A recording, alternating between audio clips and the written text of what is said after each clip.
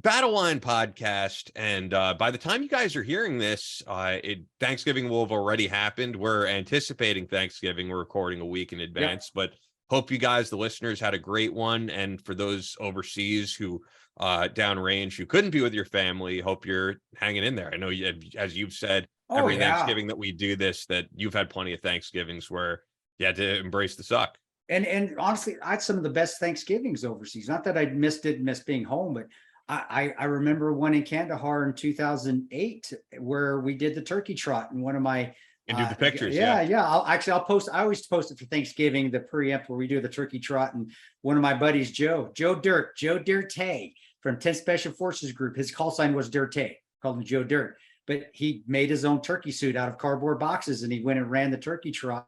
And we fried up turkeys and we ate naan bread, we ate hummus, of course, everywhere, and we ate some baba ganoush, and we had turkey. Dude, it's how you make it, and you're with family. You really are. You're downrange, you're with family, you're with your other family, but you're still with family, and everybody there is missing their family, but I think it brings them closer together. Christmas and Thanksgiving downrange, as much as you want to be home and you do, and it's you'd rather be home, but those still, it's surprisingly how much everybody still does come together when you're downrange, and they can turn to very enjoyable, very memorable experiences. And I have a lot of memories from missing, especially those two holidays. There's just something about it when you're downrange, and there's something about it when you're home too, Ian, and you know that because you want to be home with your family. But it's even memories, guys, that promise you'll go through this first one. This is your first one.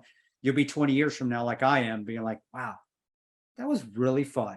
So take a few pictures. Definitely take some pictures to remember them by. But you'll remember them forever. They'll stick with you forever. So absolutely.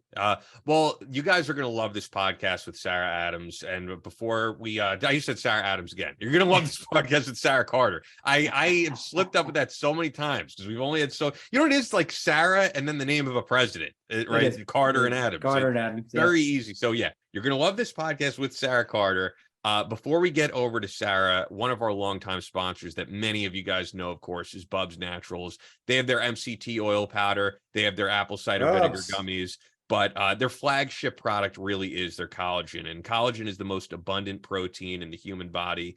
It is literally the glue that holds our bodies together. Collagen is a blend of highly functional amino acids found in all the body's connective tissue. So whether you're looking for something to recover from your workouts, for your joints, for your muscles, or you're looking for a supplement for your skin, hair, and nails, collagen is where it's at. And the thing with them is they don't blend their different sources together.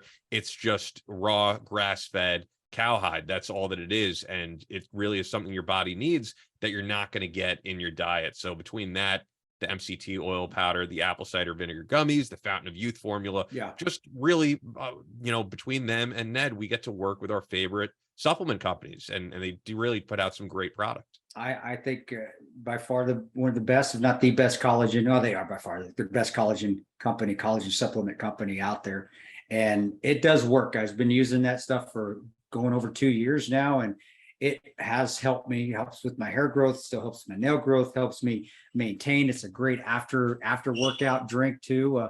With the protein, the Fountain of Youth formula, they got it back after. That stuff is amazing. So be ready. You start taking that, your nails are going to start growing again, especially if you're my and it works. I do think it has helped me with my injury, with my quadricep tear, my quadricep tendon tear. As far as recovery, I am way ahead of where my recovery should be based off my physical therapist and my doctor says where I'm supposed to be. And I think a lot of it is because I do push myself in physical therapy, but having a tremendous supplement in collagen, the collagen protein, I think has helped rebuild the stuff I damaged down there, the tendons and the ligaments that I damaged. So guys, it's tremendous. And again, they give back to Bubs, and they gave a ton of money back to Bubs from this last veterans. Glenn Doherty. Glenn Doherty to Glenn Doherty Memorial Foundation. So you're also not only helping yourself, you're helping a tremendous foundation that they give back to. And Bubs Naturals is best collagen protein supplement company out there by far. There's nothing even close.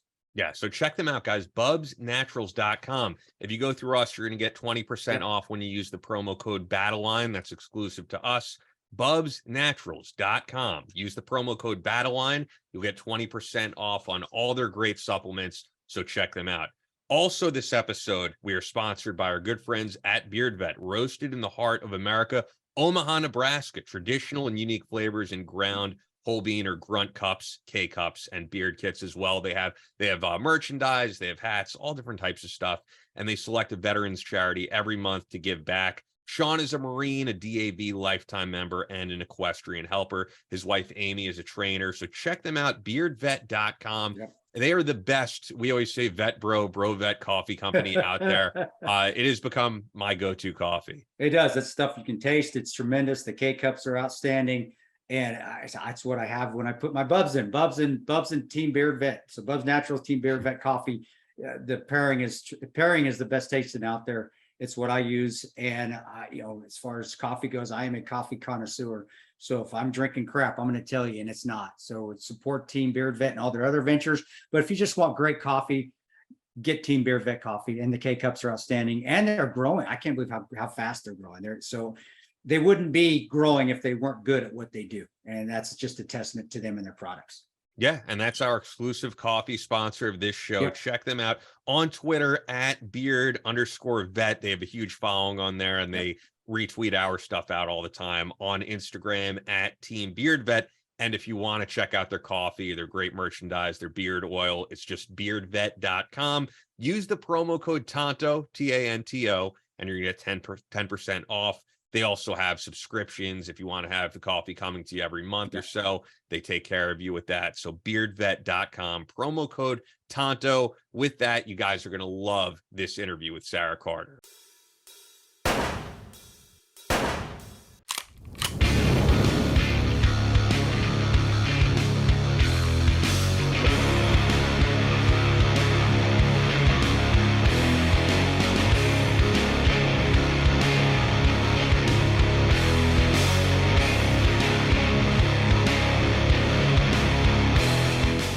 From Omaha, Nebraska to New York City, from planet Earth to extraterrestrial life in space, a podcast with no equal, engaged in unconventional warfare through your speakers and headphones.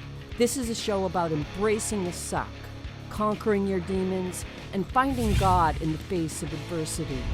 Chris Tonto Peranto. Switch is on, motherfucker, I'm gonna shoot you in the face. Ian Scotto. Ian and I have been dating for a long time. You are now tuned into the Battle Line Podcast.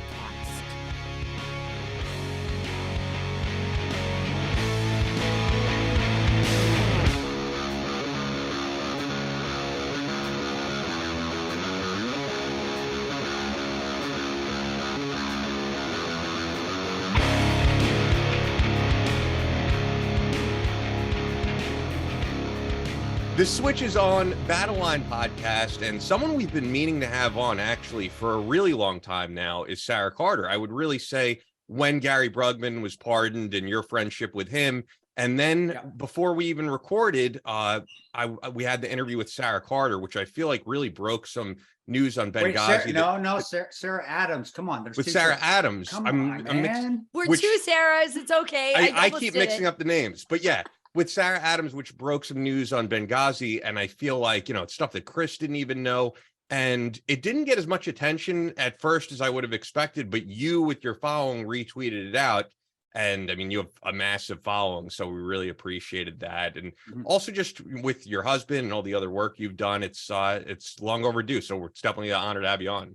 Oh man, come on, Scotto and Chris. You guys are like amazing. Like, are you kidding me? Like, you're my heroes. What are you talking about? I always say that to Marty too, to my husband. You got all of you guys are out there fighting the good fight. I mean, I covered the war, and I know like the horrors and the good times and the bad times and all the things that are amplified when you're living through a situation like that. And I just think it's brilliant that you brought Sara Adams on the show, that she was able to get the information out there, that she's fighting the fight still. Still fighting the fight. I mean, and I thank you for having me on your show. Are you kidding me? I'm the one that's we have so much to talk about too. I mean, there are little things and big things, by the way. Well, first of all, let's get into all right. We were talking about this before we got on the show about how in the war zone, I did, guys. You didn't even tell. Sometimes I dip on the show. Are we having video on this one yet? Yeah, absolutely. We have Rob now from MLB Network doing our video. And I'm not. I don't condone chewing, but I dip every once in a while. But I'm not condoning it. It's to say it can mess up your gut. But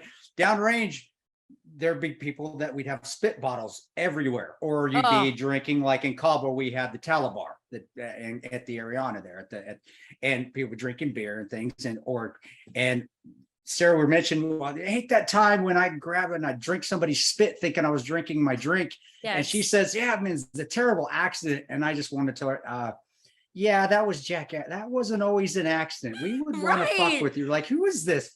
This news course? Who is this person in this book? Fuck with their shit. Yeah, fuck with their drink. And we would switch ball, and then she would. Well, it wasn't always Sarah. Yeah, it wasn't always. Yeah, no, it wasn't. You didn't do it to me. Full disclaimer. No. You are free because I would have like literally found a way to kick your ass. There would be something that you would have gotten repercussions for that big time. And you talk about the Ariana Hotel, which is so famous, like in our circles, because that was like, that was CIA. That was CIA hotel. And that's like ground zero. That was ground zero. We're shit in Kabul. And shit started aside from being out in the provinces. With Mark Nutch with the horse guys and being out with the Mazar Sharif, but in Kabul, the Ariana, that Karzai's compound was right across the street. The Arianas, I mean, that's where the shit started. Right. So, well, what about the Gandamak? Because let me ask you this question, because I'm gonna ask you guys a question right off the top. That's why you bring questioners into all question each other. It's like we're having those big question fests, right? But like you talked about Ariana, remember the Gandamak? Oh yeah. I remember like the underground bar, and like that was so freaking cool. I remember. Remember? It reminded me of like if you were gonna have a speakeasy in the old what I'm trying to think, the old Camelot, the old medieval. The wooden doors, and you didn't know it was there. You drove it. I can't believe you remember that. That was I do. Cool. I remember that. Do you know I met the weirdest people there, Scotto? The weirdest people. Like I remember the last time I was there, and it was just jam packed, and it was like spies and bad guys and good guys and prostitutes and more spies and and you're like, you don't even know like who's. So I'm sitting next to this guy. I will not mention his name, because there were all these rumors about this guy, like, and there would be rumors about weird things like, oh, this guy's got some really weird sexual thing going on with, things that we can't talk about. And then that's why he's there. And, he's trying to find this or that. And I remember this guy walked up to me, and he was a big German a big German dude. And he walks up to me and he's like, you are Russian. And I said, no, I'm not Russian. I'm like a journalist from the United States. And he was like, no, I'm sure you're Russian. You're a Russian spy.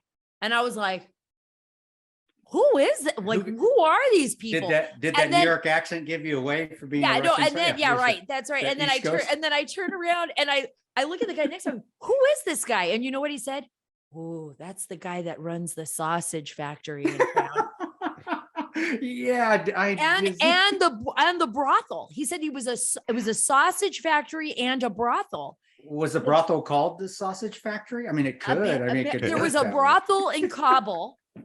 There are plenty of brothels in Kabul. Yeah, that also made sausages. Wouldn't you be scared of that guy? I wouldn't trust a sausage coming out of that factory. Well, there's so many, bro. There are so many different ways I could take this. This is so fucking easy for a ranger. Do we want to go? Stop it, Chris. We're gonna get suspended. His show's gonna get a big YouTube. But what's she talking about? That was one of the coolest places. The first time I went in, I remember driving in. The gates open, and I didn't know what it was. I was brand new cherry to the agency, driving in, but it was super cool. I was like, I want to get a steak in this place and just hang out and drink, because there were more white women in that.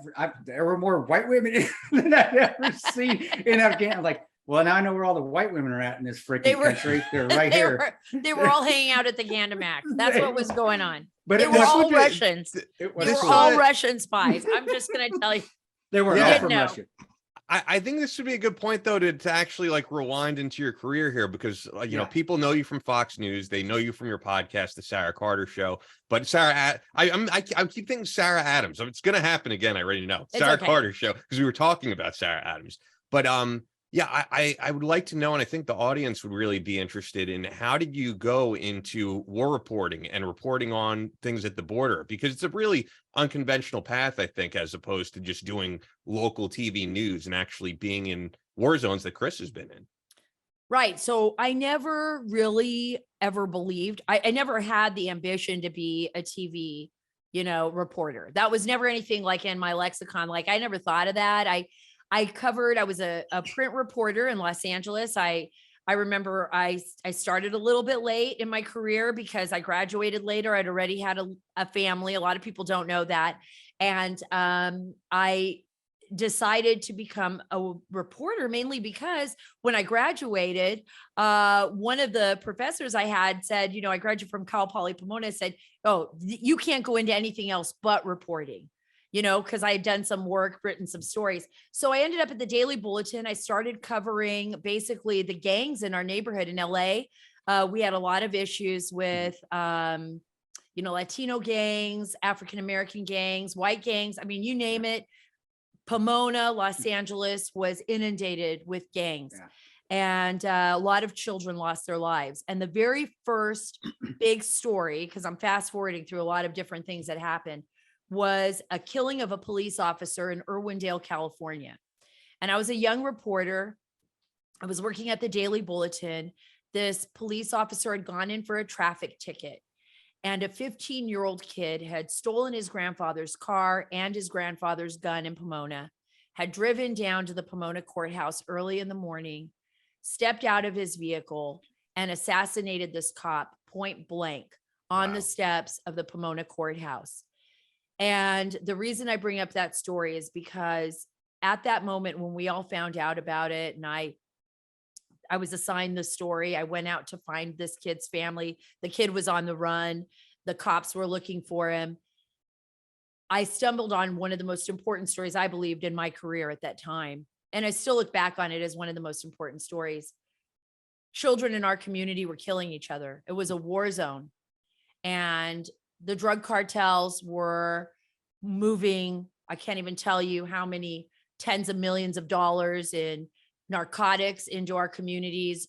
Weapons were flowing back and forth into Mexico from our communities. And the children that were in the high school were not only working for the cartels in some of these cases, but were actually,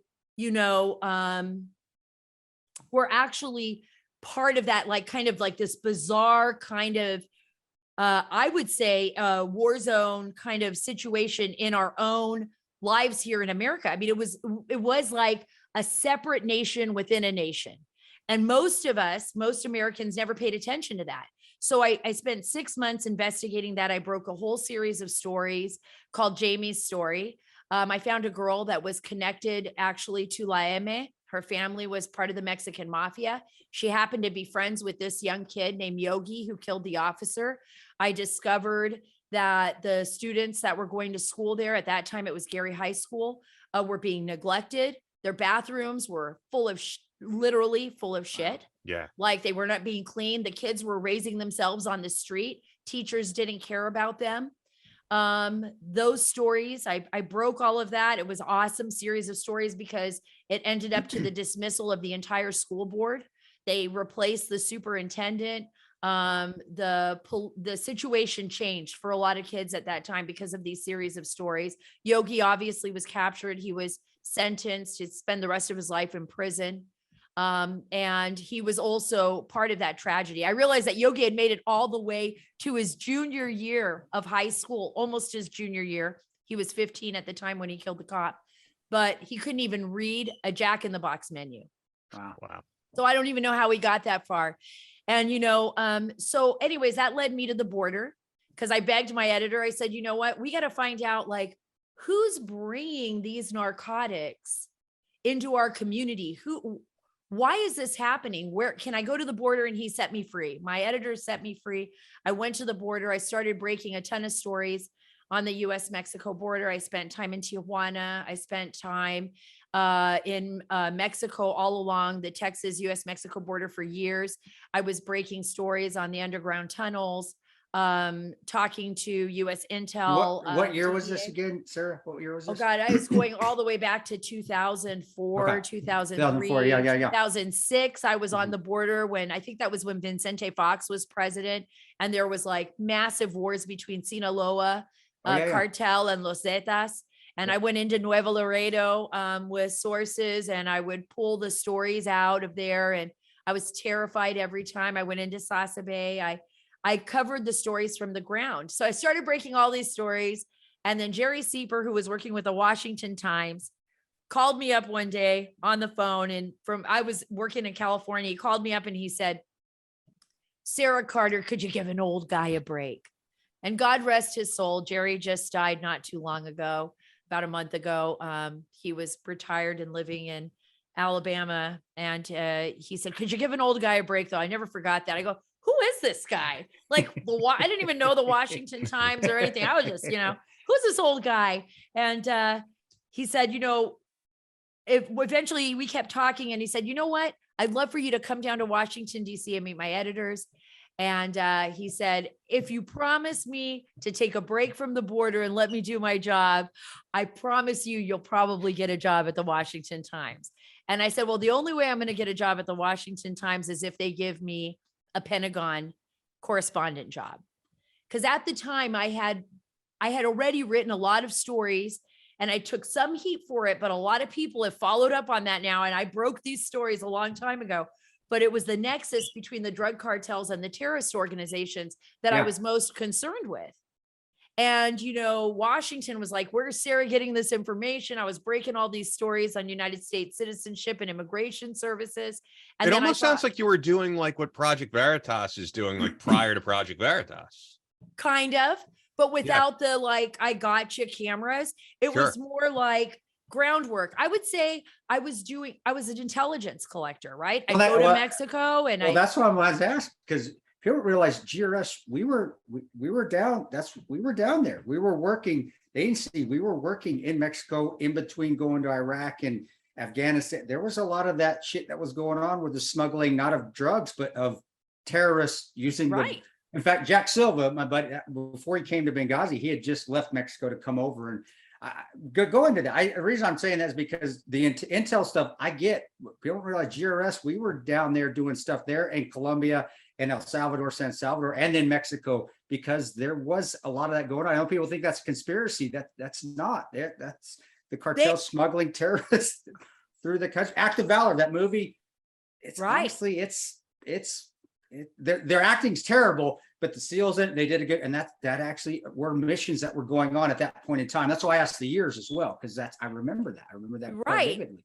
Right. And so, but they came after me, and I remember this, like in Washington, they would say, oh, it's alarmist. This is where we could bring in Bill O'Reilly, because Bill O'Reilly, that's when I started doing television and stuff, because he was like, who is this girl that's going in and out of Mexico and bringing all these stories? Oh, here's a funny story. One of the sheriffs, I think his name was Sheriff Flores, but he was in Laredo, Texas. And I remember his deputy too. I can see his face right now, but I came back across the border from Nuevo Laredo. And I got to tell you, I was scared shitless. I mean, that really is probably the scariest place you can be, because if I'm gone, I'm gone.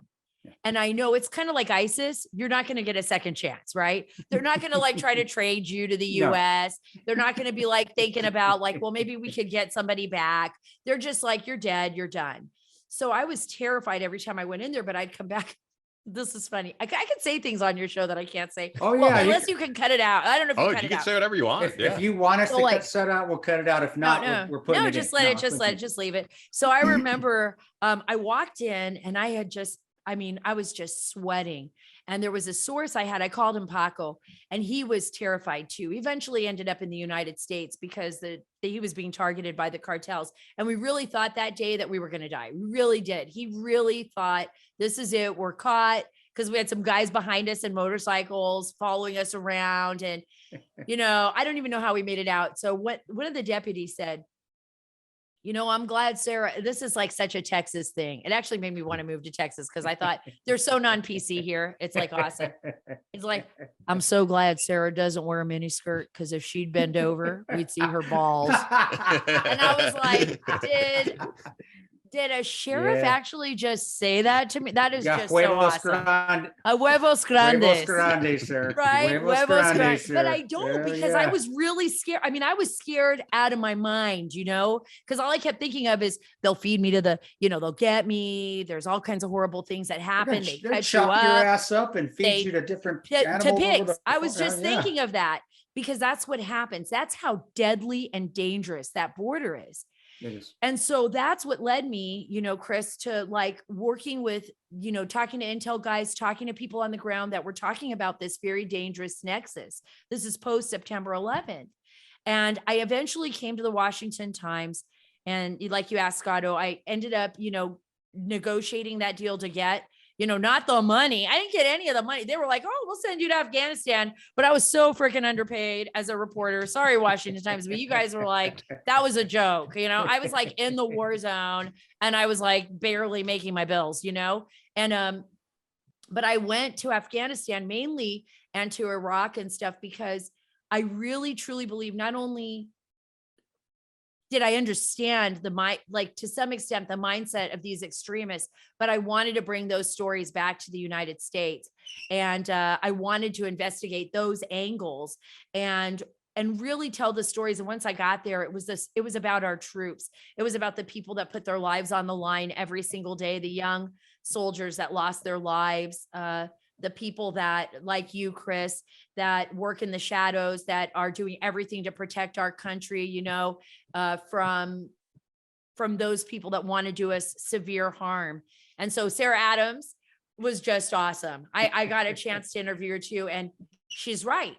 We are under serious threat right now and nobody's paying attention, let alone our government. And I think if we don't speak up and start pushing the truth out there, Scotto, Chris, we're going to see a worse attack than even September 11th in our own country. Well, I just think it just sometimes, America, we become so complacent. We do. Our country's still the greatest country by far. Not even close. This is such a wonderful place. And it does take us, because we are so reactive now because of all the smoke and mirrors that are out there with the TikToks and Instagrams and all that stuff that people can watch. We don't have to pay attention to what's really going on. Ignorance is truly bliss. Believe me, that it takes an attack for us to, it always does.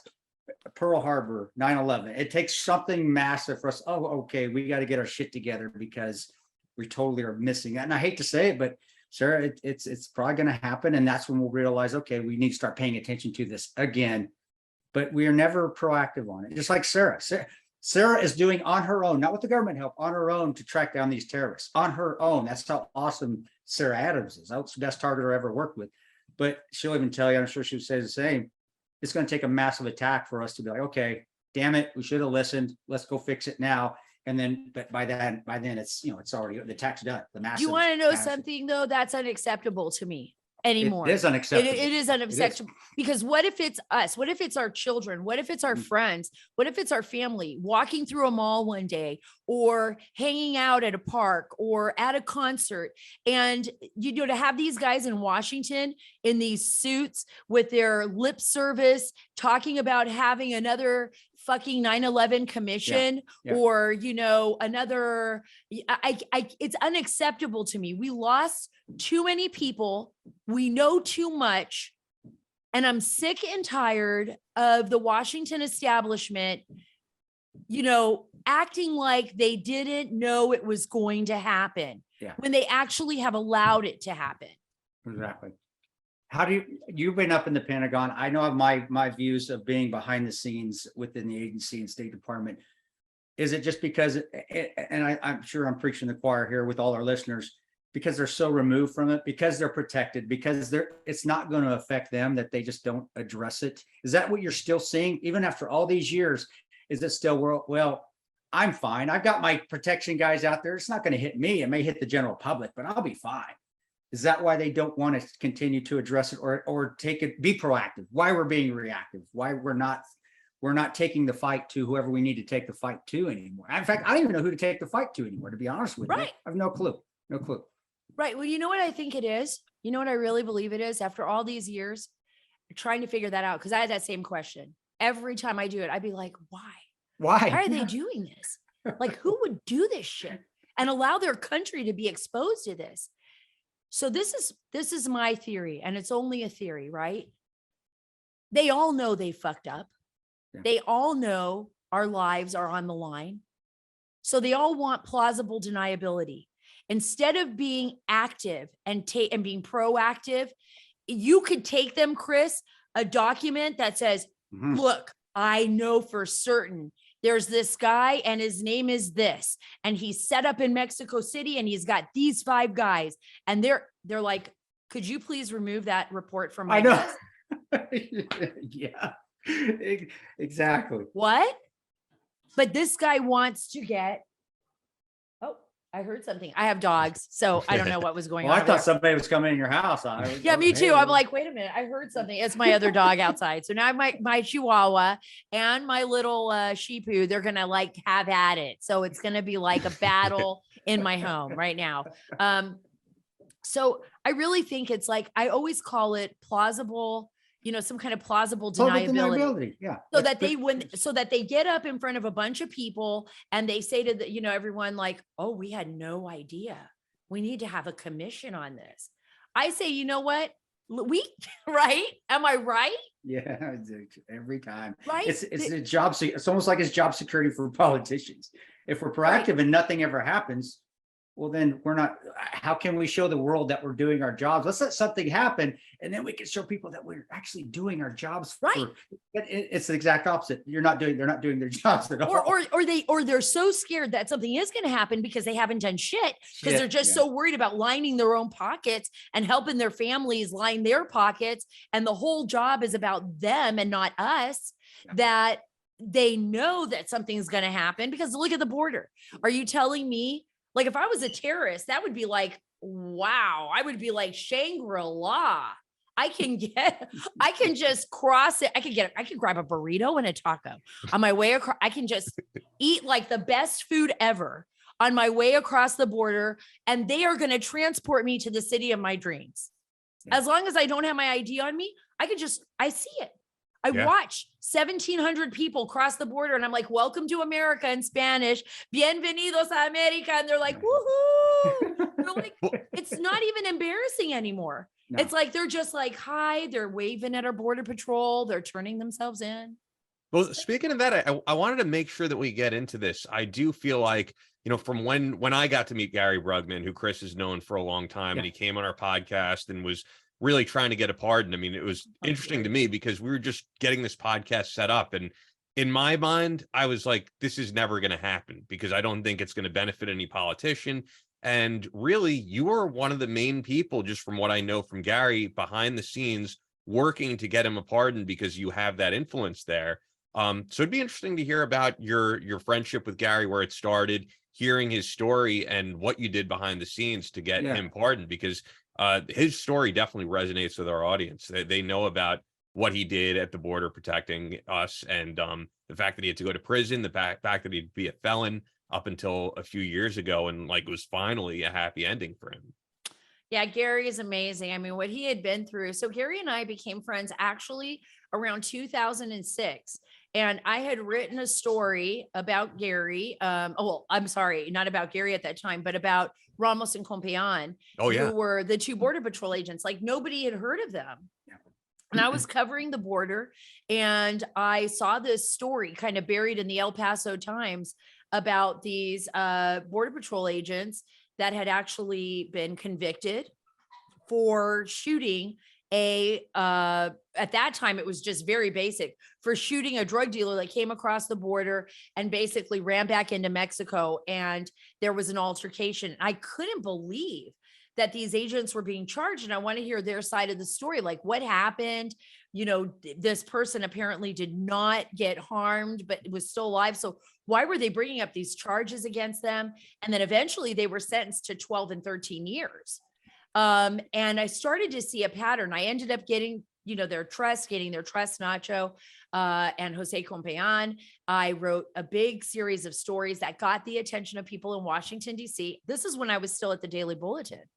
And Congressman Dana Rohrabacher actually picked up the story, became a big challenge for him. Tara Setmayer, who worked with him then, also adopted that story and took it upon as I interviewed her at that time. I remember. I mean, it's you did. kind of funny Okay, yeah. people know Tara Setmayer as like the MSNBC woman now, but she was very pro border enforcement at that time.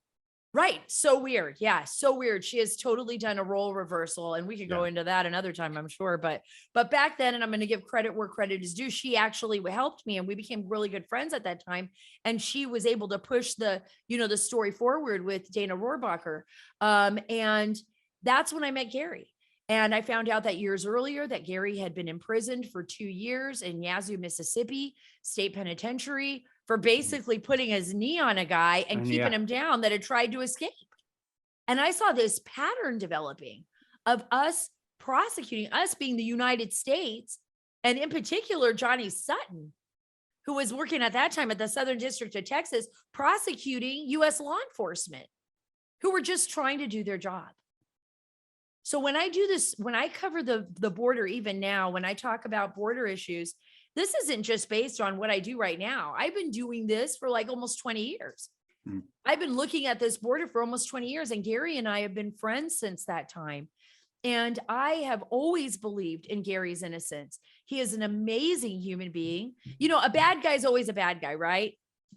I mean, if you're bad, then you're going to get arrested afterwards, even more so. Because you're pissed, you're going to end up like doing something. You're going to, you're a violent human being.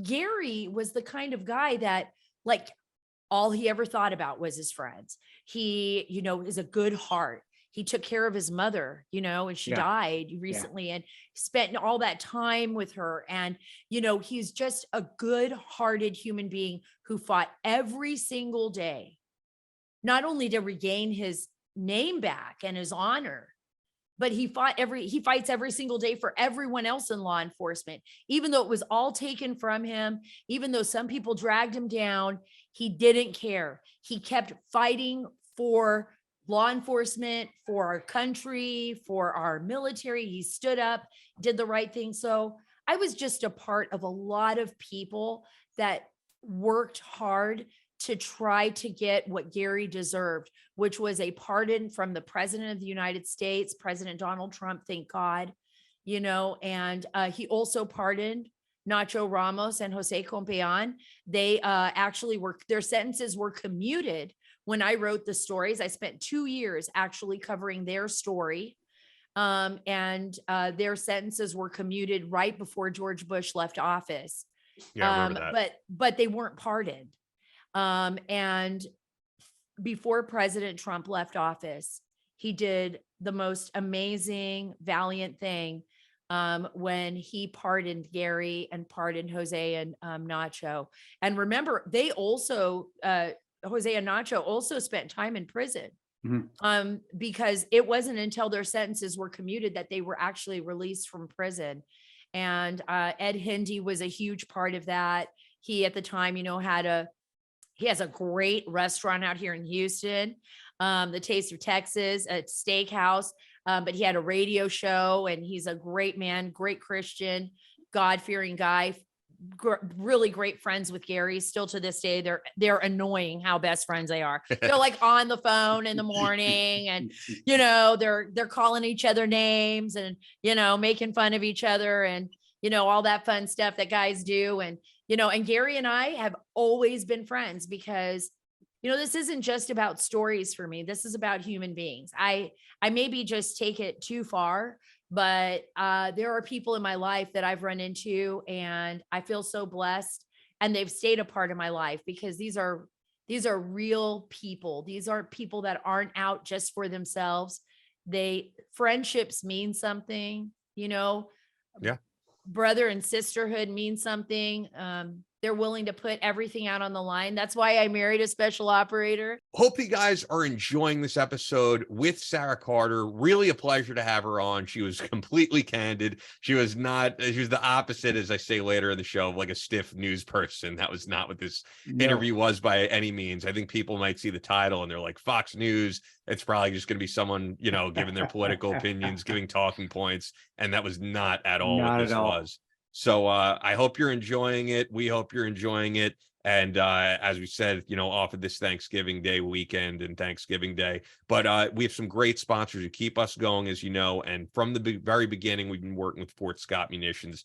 Fort Scott is a manufacturer of multi-federal patented solid copper and brass CNC spun ammunition. It's designed to tumble upon impact in soft tissue, leaving devastating wound channels. There you go, right there. They're not going to see it though because it didn't pan to you. You want to say something? Oh crap! Hey, when you there talk. it goes. I forgot. Oh, I'm just an idiot when it comes to this. This is it pan to me yet? Yeah, you're good now. Right, we're good. We might switch over, like I said, soon to something other than Zoom. I kind of like the panning, but we'll see. But anyway.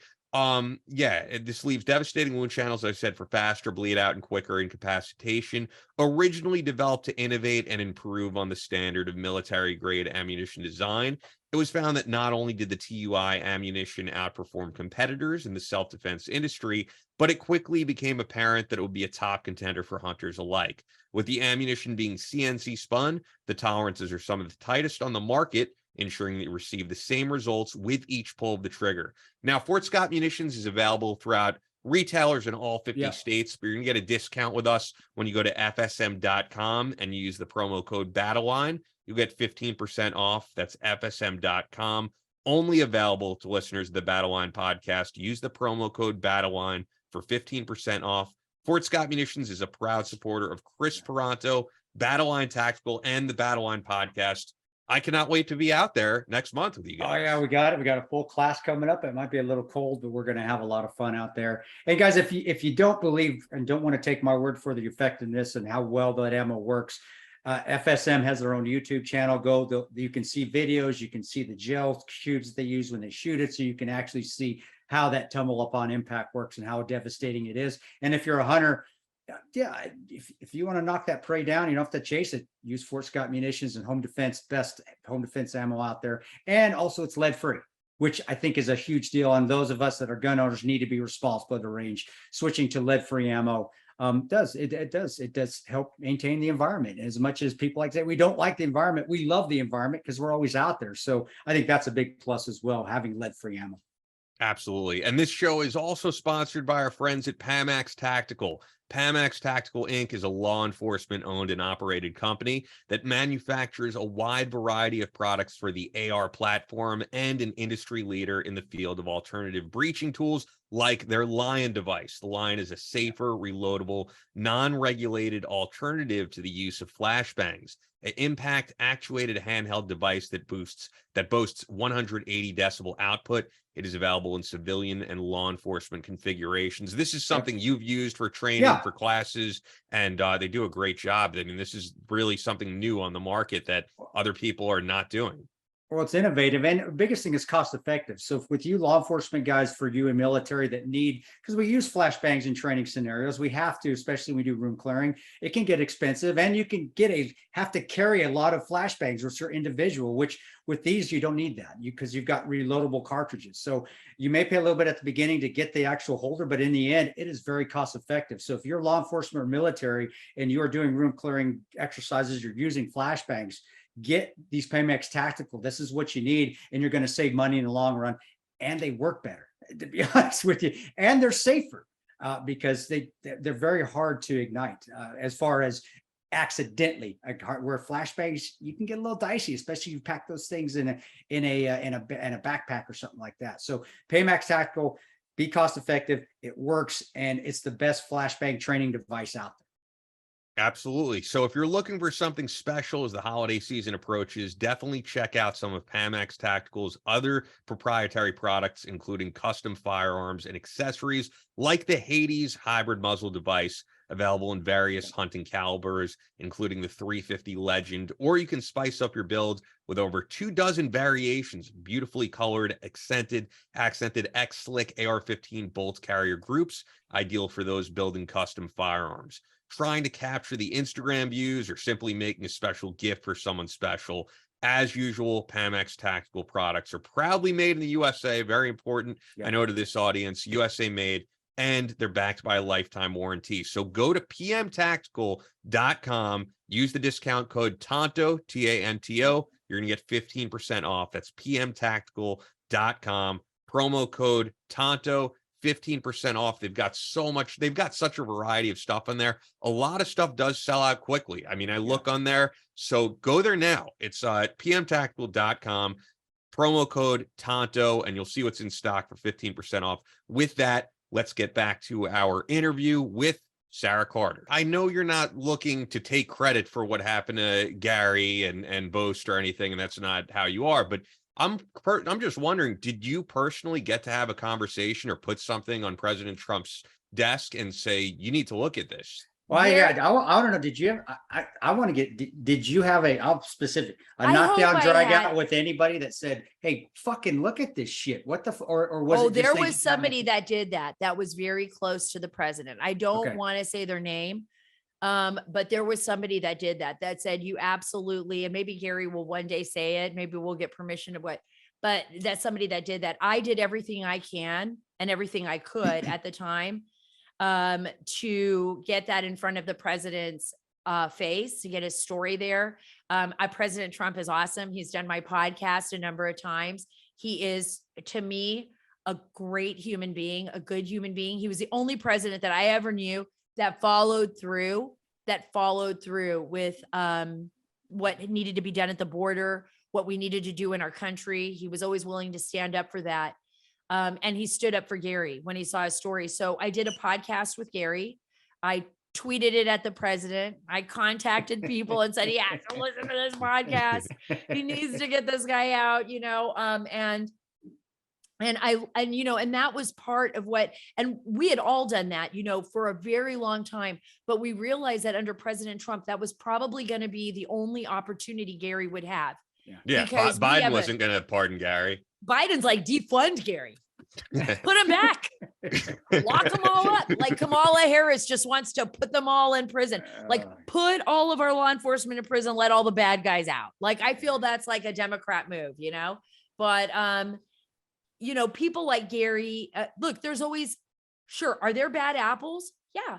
Like in anything in life, but I've never, some of the greatest people I've met in my life are men and women in uniform, whether that's out in, the war zones or here on the front lines of the border or inside our cities.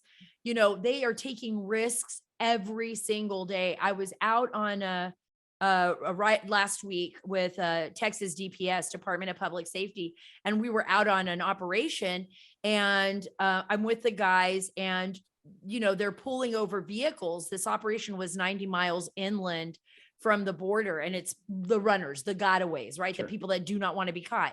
So I'm sure you both can imagine this.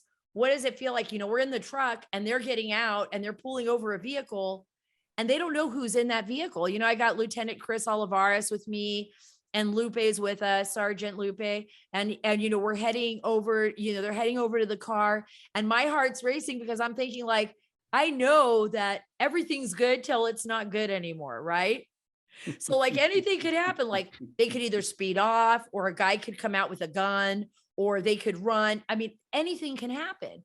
So, those sacrifices mean something. And when you have an administration like this administration that does not give a shit about the sacrifices being made by our men and women, not really. Yeah. And they don't care. And they fundamentally have this ideology that is just opposite of what, like, we're like the way I was raised and the way we're all raised, like put your life ahead of, put others' lives ahead of your own. Sure. It's pretty hard. I don't think people get, and what with Gary's story, because, I didn't really get to know Gary till till after I came to a shooting course, what I did a few years ago. But Uh-huh. when I started to get to know him, is that the amount of restraint that goes in, and I've worked with guys that didn't have that restraint. There are some that Right. didn't, but the amount of restraint that you have to have when you're walking up on that scenario, that you can't just they're not going in there just to shoot somebody or to kill anybody. They've got to hold back, and they only take it to that extreme if it's necessary. And with Right. Gary's thing was just with, and usually it's because they're reacting. They're being because they have to be. Law enforcement really has to be reactive more than proactive, because they have to get shot at first, or else you see what Right. happens.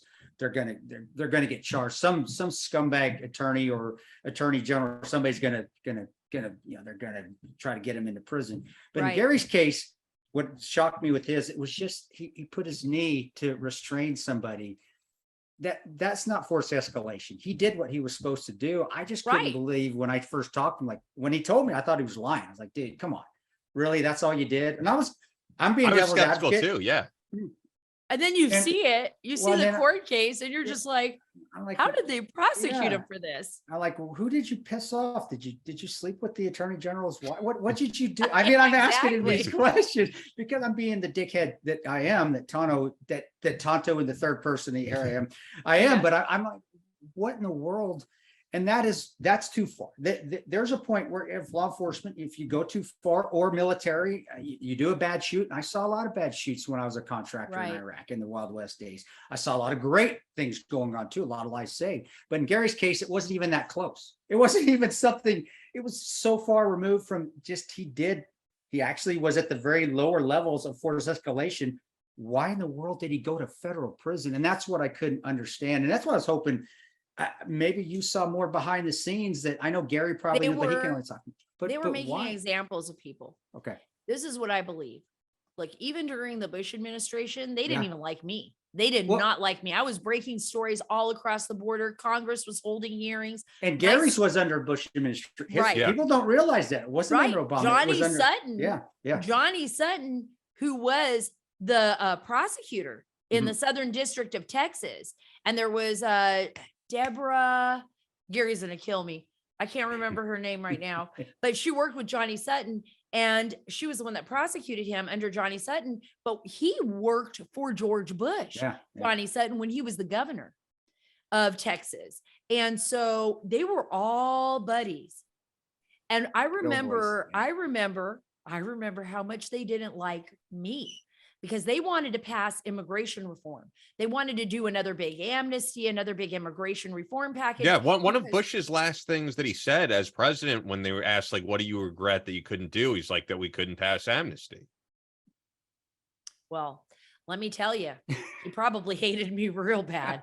I was busting stories all up and down that border on the failed security, the national security implications, the lives of the people that were being lost on both sides of the border. I had actually gone into Nuevo Laredo, wrote a big series of stories called Here We Are Prisoners.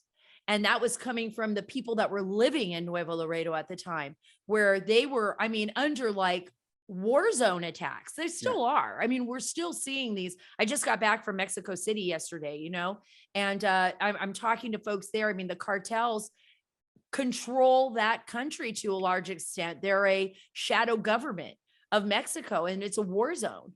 But Bush could not pass amnesty.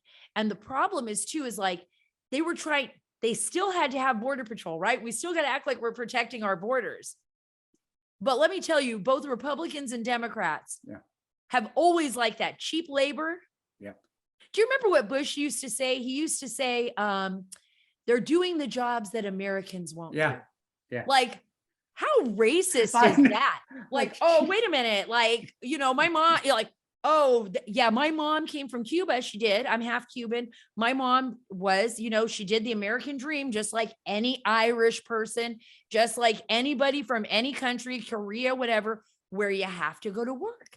You can't just, it doesn't matter if you work in a factory like my mom did for a long time. And even after my dad died, my mom went back to working in a factory, right? Because she had to feed her kids. She was proud of it. I was proud of her. I didn't care, but she isn't doing the job that Americans won't do Dude, she is an She's American. American. She is an American. And yeah. American kids and American men and women do those jobs all the time.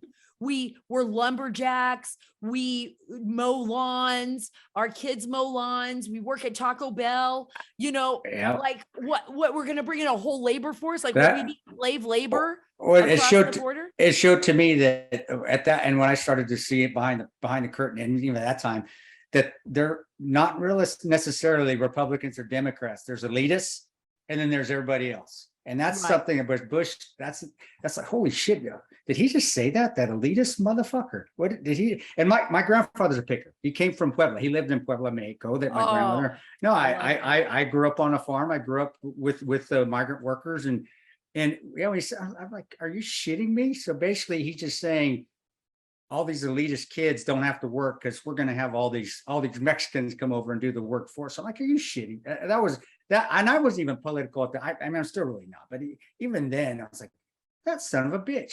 I can't believe you just said that shit. And it really started. I don't know. Do you think? What did that do? That comment. I think people play that comment off a lot. I mean, they don't really remember it. But I still do. But they still feel that way.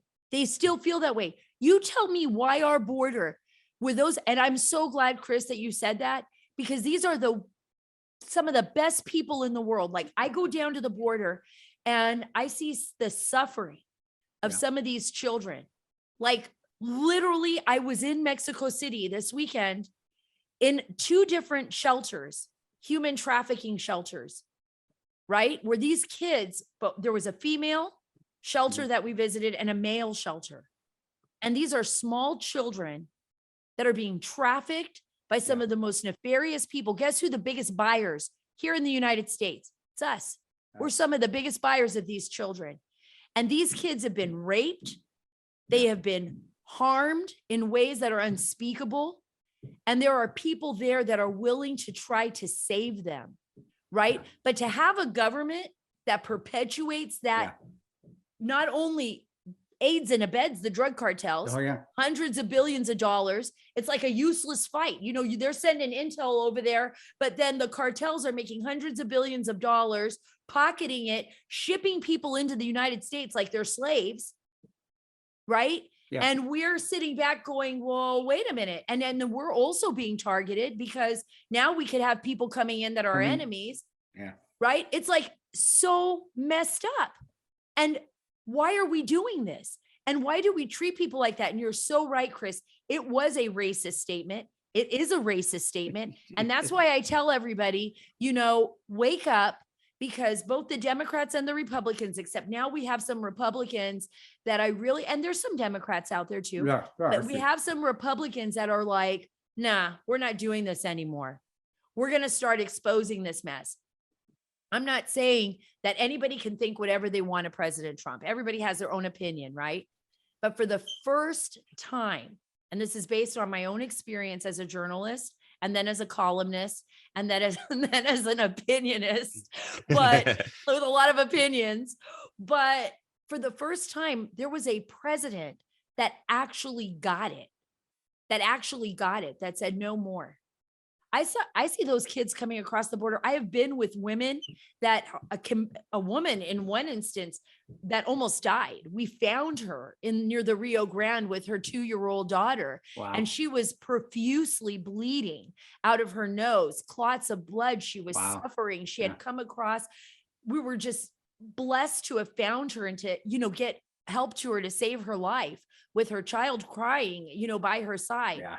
But what are we doing? Yeah. Why are we aiding and abetting the drug cartels? Why? Why are we doing this? Well, you know, it always comes down to one thing. It always comes down to money, regardless. And it's what I said, we have elitists, and then we have everybody else. And that's what we have. And, you know, we can segue whenever you wanted to, because I do want to talk to you about Afghanistan and Iraq, your time there. But that's what you saw. That's what I saw in Iraq. That's what I saw in Libya. That's what I saw in Yemen. Elitists, we call them dictators. No, they're elitists. It's the same thing. Somebody's in control, and that's I don't want our country to go there, but God dang it, we kind of are, because we have elitists that just say shit and still perpetuate this, what we have going on at the border right now. Well, You're so right. I just did this Dark Wars border series, and today I did it with Radio America, and I didn't know if you guys got anything on that. I was going to have them send you some stuff, but it's a series like for my nonprofit where I take you to Central America with me. It's a podcast series. We're going to have like 10 full episodes on the border. It's called Dark Wars, the Border, but I take you with me on my journey. I interview President Giammattei of Guatemala. I'm on the ground with their intelligence apparatus. I talk to different people in the military there, and I expose what's going on, because the border is so complex, and it's not just the human trafficking and the lives that we see that are shattered, and the enormous amount of people that are 2.7 million just this year alone that we know of as far as encounters, and over 1 million gotaways. That should scare every American. But what about the Chinese efforting us there? The second episode just actually today just came out, and it focuses on China, but it deals with everybody who's an expert. I mean, this is, to me, these are our dark wars, right? I believe that. And just like you said, Chris, these dark wars are taking place all over the world. Yeah. And Afghanistan was definitely the worst of the tragedies right now for me too. It was just devastating. Okay. I want to make sure that the people do check out that podcast, because I'm going to make sure that people check out, of course, that we promote the Sara Carter show. But so this is a separate podcast. What would people look up? They're just going to look up Sara Carter Dark Wars, or? Yeah, Dark Wars, the Border. And you could go to Dark Wars Pod. That's DARK Wars, WARS pod, pod.com. And you can get everything there, all the links, everything, the trailer, what we're doing. And, and also Apple, Spotify, wherever you get your podcasts. But sure, it deals with all these issues that you and I have been talking about. And Chris and Scott, it's like the misinformation and lies from our own government. Rand Paul said at a hearing one time, and I thought it was brilliant. And I'm not saying I'm just totally all libertarian. I believe we should be involved. I mean, I want to stop the bad guys before they come here. But in some cases, he's right about certain things. But he said at a hearing one time, and I thought it was brilliant, he challenged everyone and said, remember when they were going to build that disinformation board here with the Biden administration? We talked about that. He had like, they're still kind of doing it, but I think they've just changed the name of it basically. The biggest don't have this czar, Well, you can't say, the government can't say, well, we're going to try to make this disinformation board since we're the biggest producer of disinformation out there. That was a joke. I remember. It was hilarious. That was it. Yeah, where he just nails them. He's like, we're the biggest liars of all. So what are we going to do? Just propagandize? You know how that goes, Chris. I mean, sometimes it's for a reason. They don't want to let out some classified issue, or there's something going on. But a lot of times it's just to cover their own asses. It's CYA. Propaganda. It's global war on terror. Saw propaganda, not just but I mean, mainly from the other countries where I learned what propaganda and how good it can be in Iraq, within the Middle East itself, and how propaganda can control people and make them think. And we can, no, it's happening. I mean, it's happening here. We've talked about what's going on with TikTok. I mean, TikTok is Chinese propaganda. It's psyops. It's what we do in special. It's the special operations community. That's what we do for psyops. It's unconventional warfare. And we've said on the show millions of times. I've said it so many. We are doing that to ourselves. It's just, there's nothing that we're doing new. It's unconventional warfare that special forces have been doing for years when we go into other countries to fight these bad people. How do we start to win? Well, we start to turn their people against themselves. Then it makes it a hell of a lot easier for us to come in and just start hitting them hard. And I know your husband can talk about that quite a bit as well, and I want to get into that. Because I was going to say that definitely sounds like a podcast that's going to, our audience is really going to be into. So definitely give that a listen.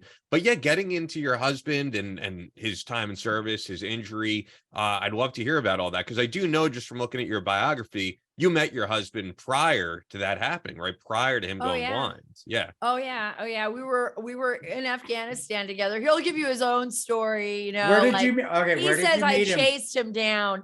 I did not even chase him down. That is such a lie.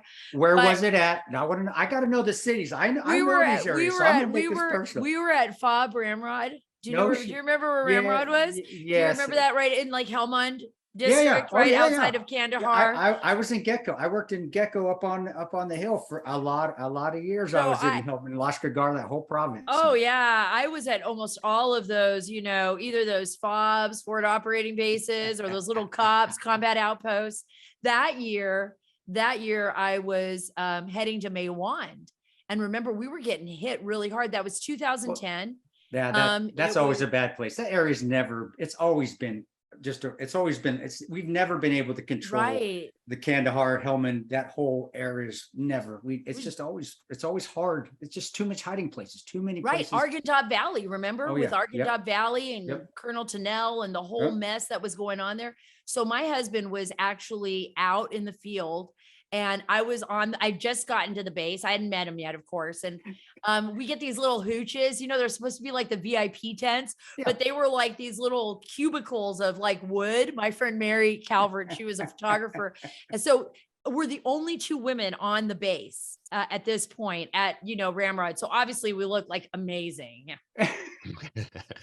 What was that? Whiskey Tango Foxtrot? Yeah, like where you could look like a 15, like in the war zone, because like they haven't seen women in like 6 months or something. Can I say what we used to say? I'd say we would always say Tell me. they come in and be like, yeah, she's 3,000 miles from looking ugly again. Is what we'd always say. They come in, that was her. It's like, really, dude, come on, take a step back. Exactly. No, I'm not saying that's about you, sir. I didn't say about you, but that was one of the sayings it's okay, because there were sometimes I was worse for the wear, man, out there with you guys. It was like, what the hell happened to me? I was a transformer. It was like, shit, I can't even shave my legs. What the hell's going on here? This is why women shouldn't go to war. It's like we just scare ourselves, right? We get to a mirror like a week later and we're like screaming. It's like, Jesus, somebody put me in a shower, because this is bad. This is bad news. But I get there and it was, I remember it was late. I was trying to send a story. I'm out in front of this like little VIP tent hooch area where like there was some like old guy in the back that was supposedly quote unquote like the agriculture guy. I'm like, yeah, okay, whatever. But he's sitting in there and you remember they had those B-GANs, those little satellite B-GANs that I could hold. Like I was trying to send a story on my B-GAN and it wouldn't hook up to the satellite. So I'm standing there spinning around, and then I hear someone behind me say like, hey, and I literally jump out of my skin because it's so dark. We had been targeted. You remember they used to just lob whatever they wanted at us. Yeah, of course. They control the area. We could never secure it. They could do whatever they wanted. The mortars, they could do whatever they wanted. You just got tired of it. I remember I used to like, I'm not running to fuck it. If it hits me, it hits me. The bunker. I put my earplugs in if we weren't on or off, and I just go to sleep. Like, if it hits me, it hits me. Because you can't do shit about it. I'm not running to the bunker. Gave up. You just gave up. The bunker was like secondary thought after a while. And I'm sure like, especially for you being out there all the time, like my husband, well, that's how I met my husband. He kind of scared me a little. I kind of jumped out of my skin. I said, don't ever do that to a woman. And I turn around and here's this like handsome guy, but with his hair in every direction, just covered in sweat and dirt in his gear, and just manly, just manly. And I'm so grateful for that, because now I'm just, the woke is so just gross, right? Like I do not want anything to do with a man in skinny jeans wearing like a fake bun in his head. I don't get singing. that. That does nothing for me. Nothing for me. So he had you at sweat, stink, ball, sweat, swamp ass. Hello. Yeah, that was it. I was sold. Awesome. I was sold. Awesome. Weapon in hand. I was sold. No, I actually was like, who is this guy? And he kept trying to be so nice. It's like, oh, well, my friend Ari and I, we just came out from the field. We were out there and we don't have any place. Is there any more room in the VIP tent? He was just throwing game. He was just throwing game. Yeah, just like throwing shit everywhere, like trying to see what sticks. And I'm like, so I say, no, I'm staying here at this VIP tent, but I can't get the B-GAN to work. I can't send my story. And I was like panicking. And he said, oh, I'll have Ari take care of that. He's a comms guy. And then he checks out the little VIP tent area where we're all like in our little cubicles. And he's like, yeah, this doesn't look right. This doesn't look good. I don't think we're going to stay there. Ari. And Ari's like, yeah, aren't you coming over to the tent?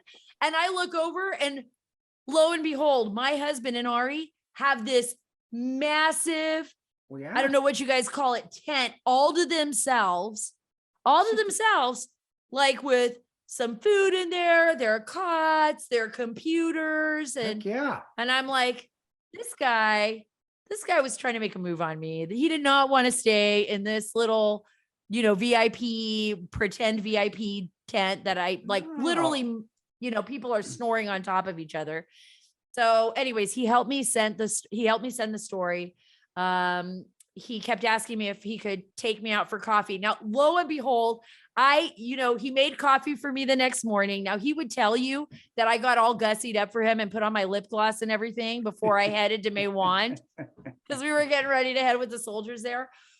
Not true, but that's what he will say. He said I got all dressed up for him, but we went and we had our coffee. And the funny thing was I found out later that he knew we would be coming in and he had told Ari, we're not going anywhere near the woman, nowhere near those women.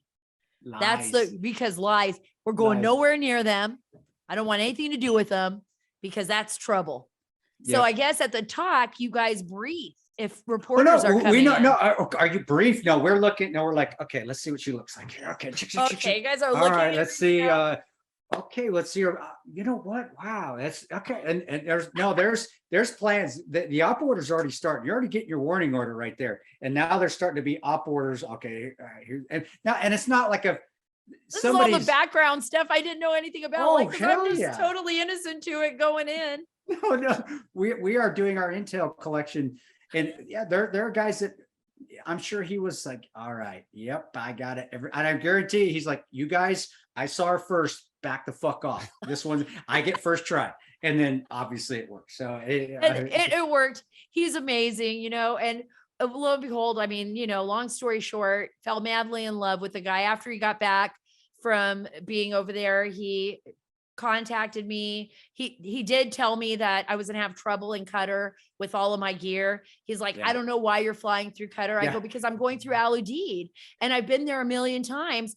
I almost got, whatchamacallit, they almost shipped me back to Afghanistan actually, because I'm they surprised thought I they- was, what'd they I think? was a spy. They thought I was a spy or something. And they said I couldn't have this gear. My visa was all screwed up and I'm surprised So they I just had to, didn't like, take your sneak out. gear. Where usually they would just steal our shit. That's why I quit flying with so much shit, because I wouldn't with the agency. The Army different, Right. but they would just, it would end up getting, oh, your bags got, my first time I flew in Iraq, oh, I didn't get 2 of my bags. And I didn't get them Right. for like 60 days. And when I did get them, oh, they've been rat fucked. I didn't have any of my cool shit. It all, it was all gone, right? It was all gone. Well, yeah. no, the Air Force luckily got Mary and I out, but Good. we had to fly back.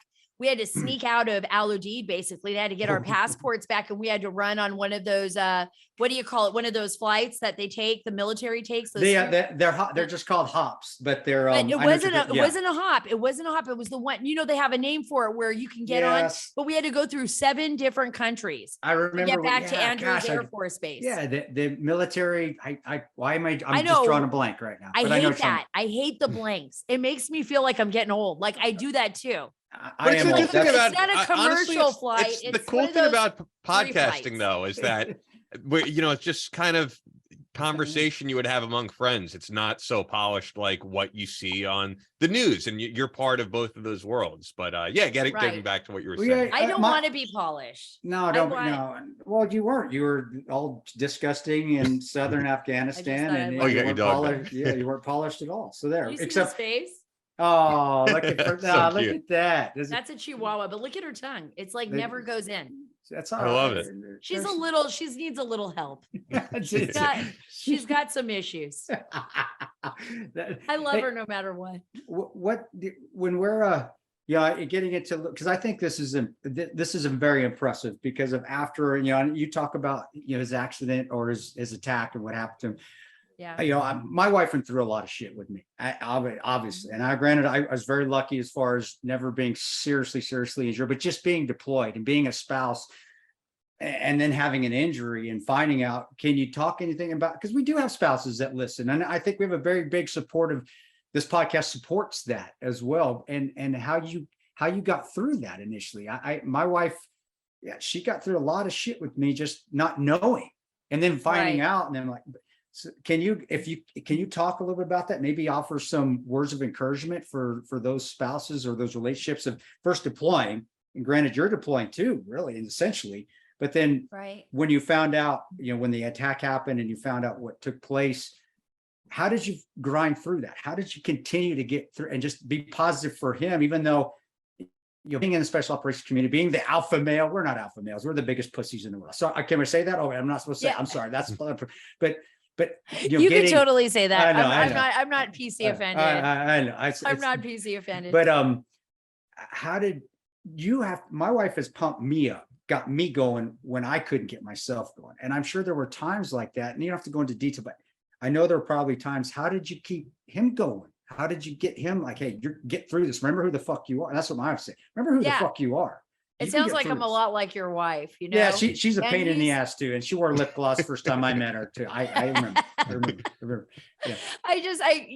I think like when I first heard Marty was wounded and, and then I found out that he had at that time, I didn't know, right? He was in armed combat in Eastern Afghanistan. Sure. And he was the one that actually called me. And what was interesting, it was right before they moved him for surgery. Sure. And he had craniotomy. My dog is like going to chew off my finger while I'm telling this story. I'm sorry. She's evil. She is really evil. I have to put her down. She's a Chihuahua. That's why. They're the She's a best guard Chihuahua. dogs ever, though, because She they're is, always she is. there. They know what's going on. They're alarmed. They're Yeah. better than the alarm system. Awesome. Yeah, dog. she really is. She really is. She is like now. Yeah. Sometimes though, she just wants to kill me too. So I don't even understand it because she's a little crazy. But I remember getting that call and Marty saying, I got dinged up a little bit. And I was like, I saw. dinged up a little bit. Like that's like huge because I knew right then and there, he was trying to lessen the blow. Yep. And as soon as, and he sounded loopy. So he was on the morphine, right? He's on morphine and the doctor gets on the phone and says, hey, your husband might not make it through this surgery. I just want you to know that he might not come out of this. There's a good chance that he won't.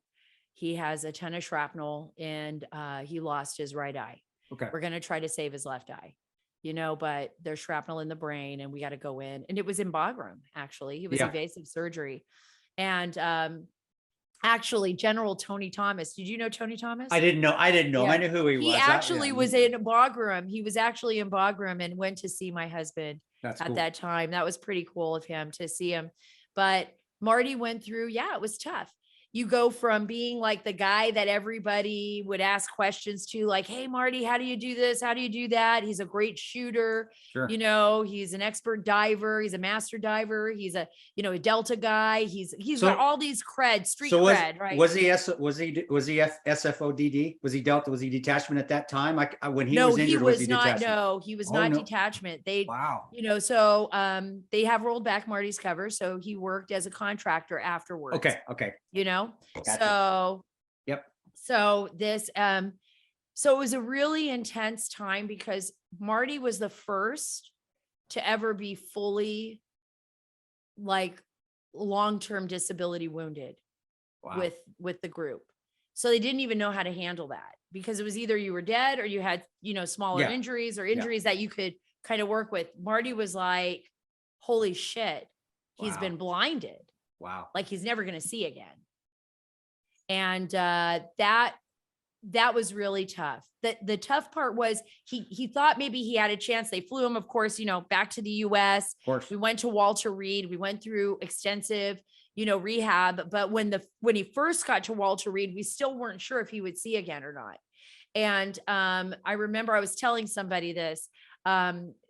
Scotty Smiley wrote a book called Hope Unseen. And his wife, Tiffany Smiley, actually ran for the Senate in Washington State. And she did really great. She almost beat Patty Murray. But Tiffany's husband also was blinded in Afghanistan, Scotty. And my husband actually knew him in Iraq when they were together before they were both no way. blinded. No Yeah. way. Yeah. And so it's like all these weird circumstances. Well, anyways, when we got to Walter Reed, Marty, that's my Chihuahua again. Sorry, guys. That's why It's all good. that's why we're on a podcast. because and we're that's going to a- have interruptions, right? Don't We're worry gonna have about it. interruptions. But the thing is that I remember the doctor telling me at one point and coming to me and saying, Marty's probably, no, he said, Marty's never going to see again. Not probably. He said, your husband will never see again. He has completely lost his eyesight. This is going to be a very traumatic moment. We got to go in and we've got to let him know.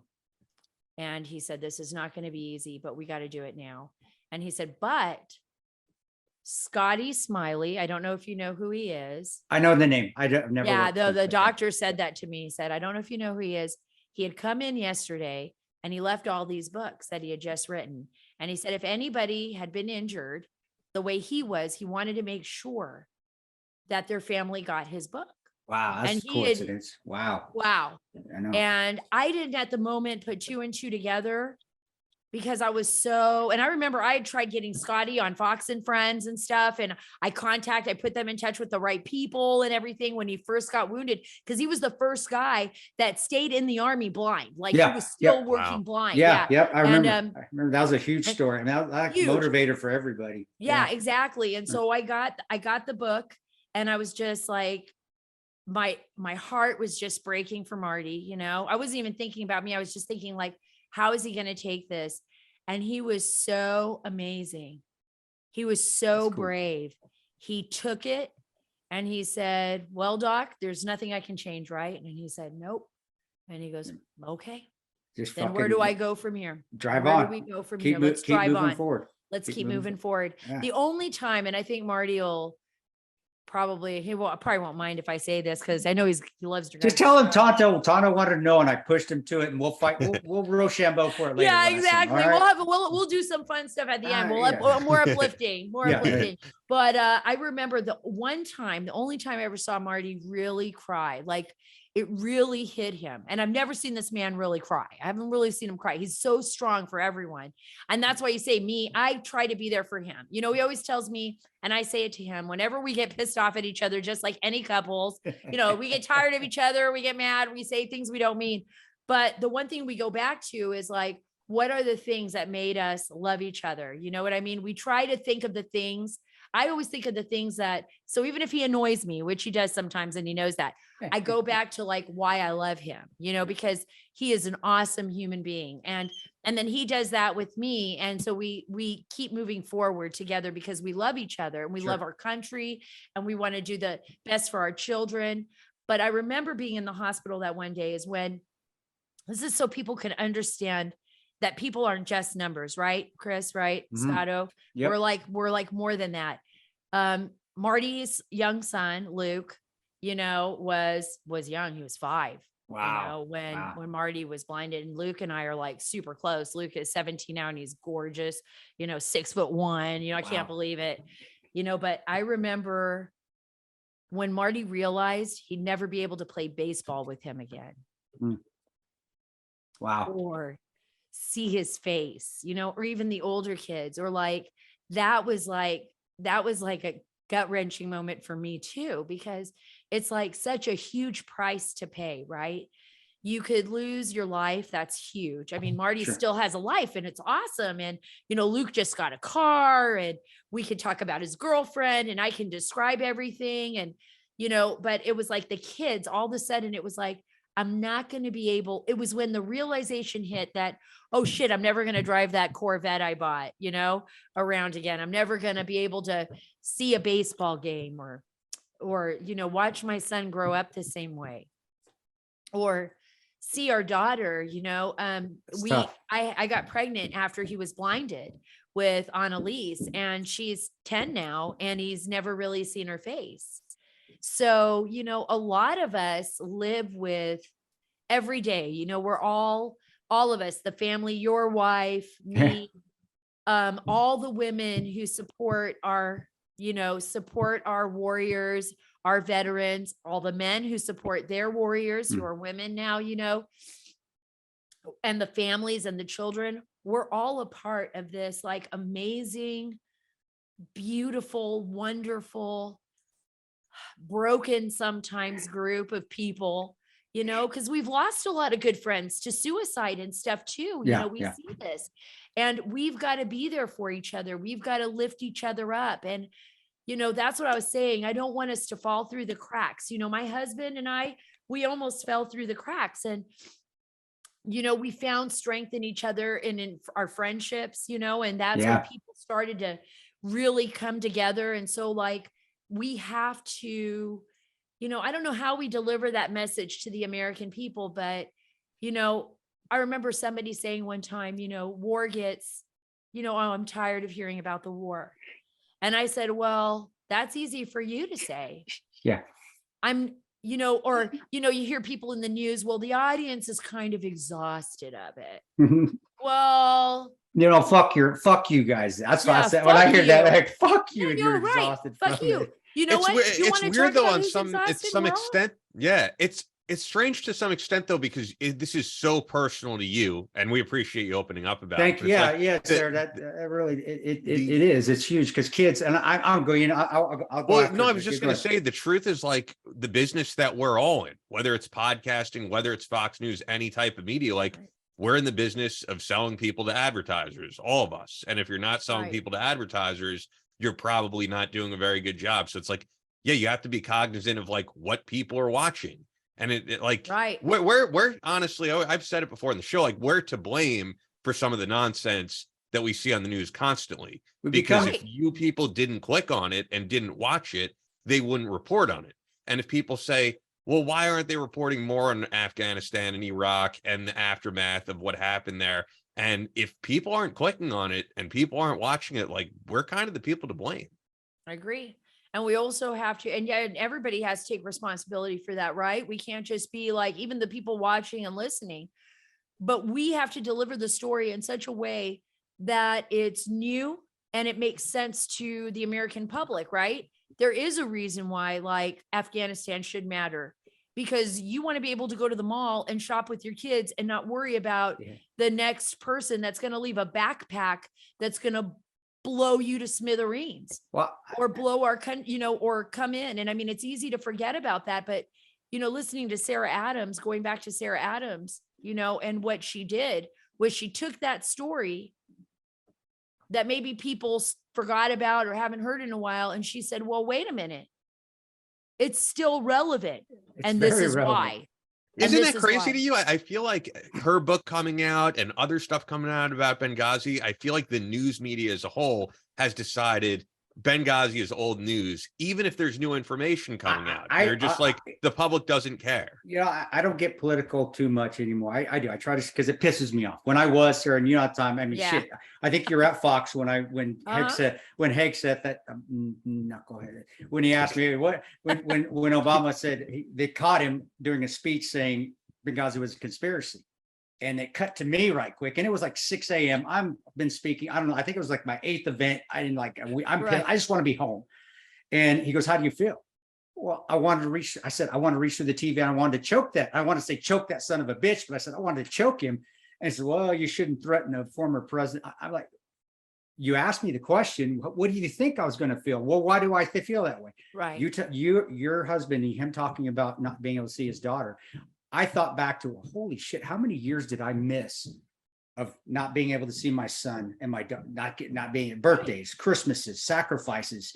And you're asking me how I felt when he's saying what happened didn't happen, or we're making it up. And I watched Tyrone and Bub die. I watched them get hit. I was shooting over their heads when they got hammered. And you want to ask me how I feel, and you don't expect me to give you a reaction. You want me to give you this shirt and Cookie tie cutter. cookie? No, bullshit.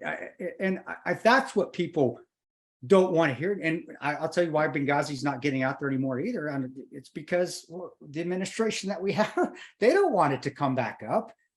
They definitely don't want to come back up because it doesn't put them in a good light, and it shows a lot of failures. And it also brings it back to where a lot of people, including yourself and your husband and other soldiers and warriors out there, lost, not just if it wasn't physical things they lost portions of their life that they won't get back, that I don't have memories of. I don't remember a lot of when my son was growing up. Of my 7-year, I don't remember, because I was gone fighting for this country that I thought had my back at the time. And they don't, that's not good news for this administration. That's not good news, period, for anybody anymore, because you know what? It makes people feel, and it makes them think, and it makes them be like, you know what? Was it worth it? And if it wasn't, well, do we still have their backs? And I think a lot of us veterans outside, as we watch what Ian's saying, we don't feel like they do anymore. And that's, hey, that's fine. I didn't do it for you guys to have my back. My buddy's got my wife has my back.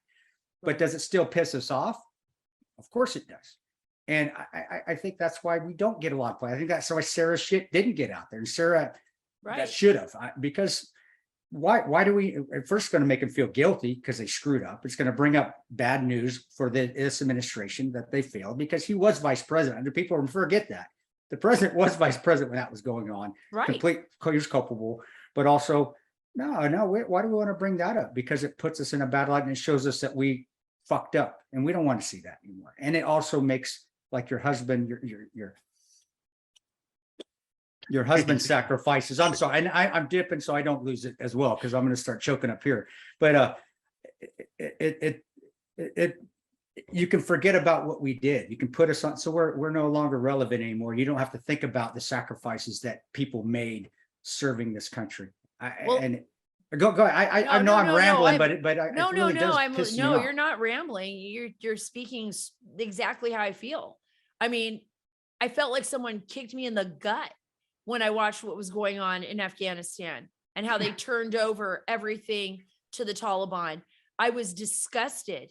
I was disgusted when I went to Iraq, and I had, been contacted by military officials that had gone up on that mountain and said Obama abandoned them and everyone on that mountain and every Yazidi to ISIS. I know. Oh, wow. Yeah. That's, people forget about that. And abandoned them and left them to die when he had promised that they would get anything and everything they needed if they got to that mountain, and then they left them there to die. And they had to fight their way to life to the top of Sinjar. So how do I feel when my husband, who truly, truly believes in everything this country stands for, and the Constitution and our founding fathers and liberty and all that great stuff that makes us so great, but it's so fragile and it could disappear at any minute, because we saw it. We saw it fucking go away in COVID. It's not like it's not like I'm stretching. I'm not a conspiracy theorist. It could actually happen. Yep. How does it make me feel when they just sit around in their little kingdom up there in Washington, D.C. and move us around like chess pieces, and they don't give a shit about the sacrifices? And it's too painful to look at my husband because he's blind. That's too much for them to deal with. Like, I know people that are like, oh, we care so much about our veterans, but they don't want to guide my husband around and would take him to the bathroom, or whatever. Marty's totally fine. He's an awesome dude. He rebuilt our entire fucking basement blind. That's the kind of guy he is. Holy shit. That's impressive. So he could do anything. Yeah.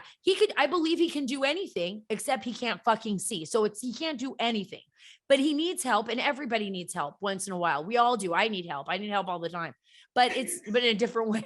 In a different way. They're like, oh my gosh, Sarah, but how do I feel when we're abandoned like that? Or when someone doesn't want to walk, I say what you say. Fuck you. Fuck you. Fuck you. Because you know what? I would put my life on the line for any of my friends. And guess what? I know that my real friends and my husband and my family would do the same for me. That's how awesome of a life I have, that I have real friends, that it doesn't matter how much money we have in a bank account, or if I look okay, which I never do on Fox News because Sean throws me on the border and I'm usually eating flies and no one gives me a makeup artist. Yes, I'm throwing that out there. And so I may not look as fresh as some of the other girls. You look good. I can see your lip gloss. We're going to keep going back. I can see that. I have some cheap lip gloss from CVS and that's it. Right. I'm not complaining.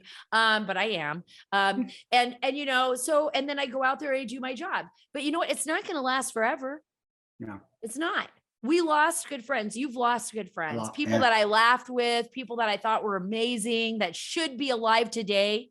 And I can't even believe that other people are alive and they're not. But you know what? But that's life. but I have a full life.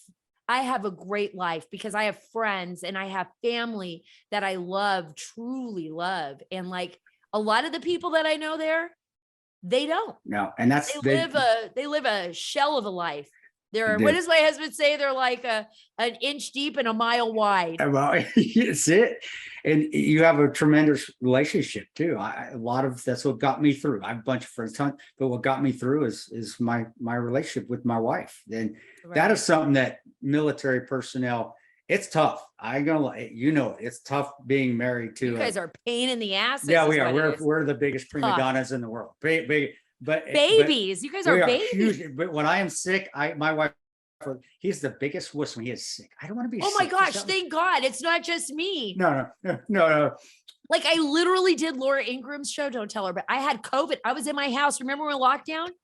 I like literally had COVID. I still went on her show. I was like sweating.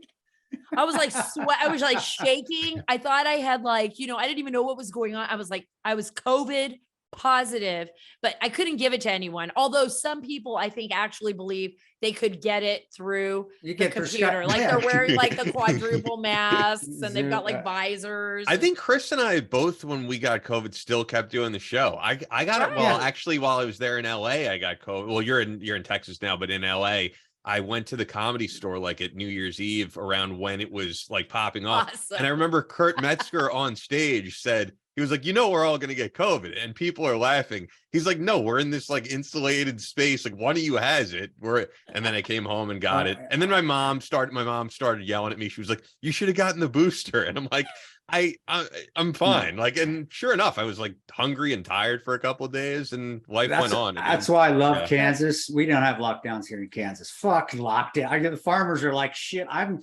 next to herbicide 24/7 for the last 30 years. Fuck this. I loved living where I live. There was no lockdown here. I mean, when I had to go to the cities, of course, but yeah, here it was awesome. And I got sick. I was like, fuck it, I'm sick. Okay. My wife's, I'm just complaining to my wife. She's like, suck it up. Here, some chicken soup. You'll be fine.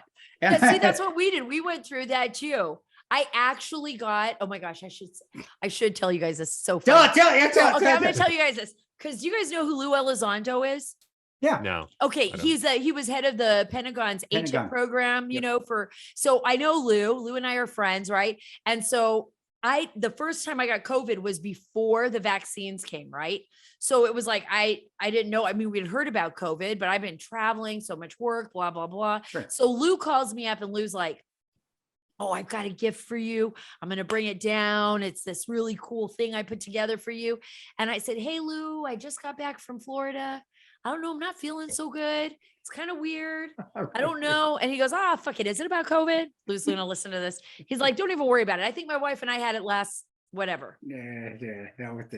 This was, so then he said, I'm coming over. So he comes over and I'm like, I'm okay. I don't think it's that bad. And so Lou, he gives me a big hug. He's hanging out with me and Marty. We're having some coffee. We're talking. He gives me this gift. We're all talking about UFOs. It's so awesome. Like that's my favorite thing, guys. That is like one of my favorite things. No, I got a story for you about that. We love paranormal. Oh, I can't wait to hear about that. Paranormal is awesome. Oh, me too. Oh my gosh, we should do like a paranormal special or something like the three of us. That'd be cool. That'd be cool. That would be so awesome because I love, like, I bring Lou on my show because I'm like, I know we're not alone, right? And all I have to do is look at Biden, Adam Schiff, and Nancy Pelosi to know fucking lizard people have taken over their bodies.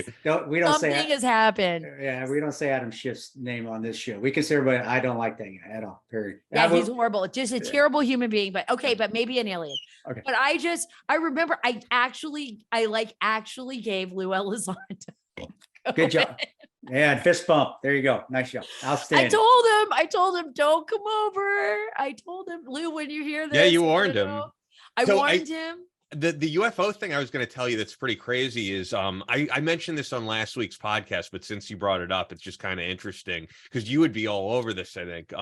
So I write for another podcast called Obscurities. Debbie Rashawn voices it, who does the intro on here.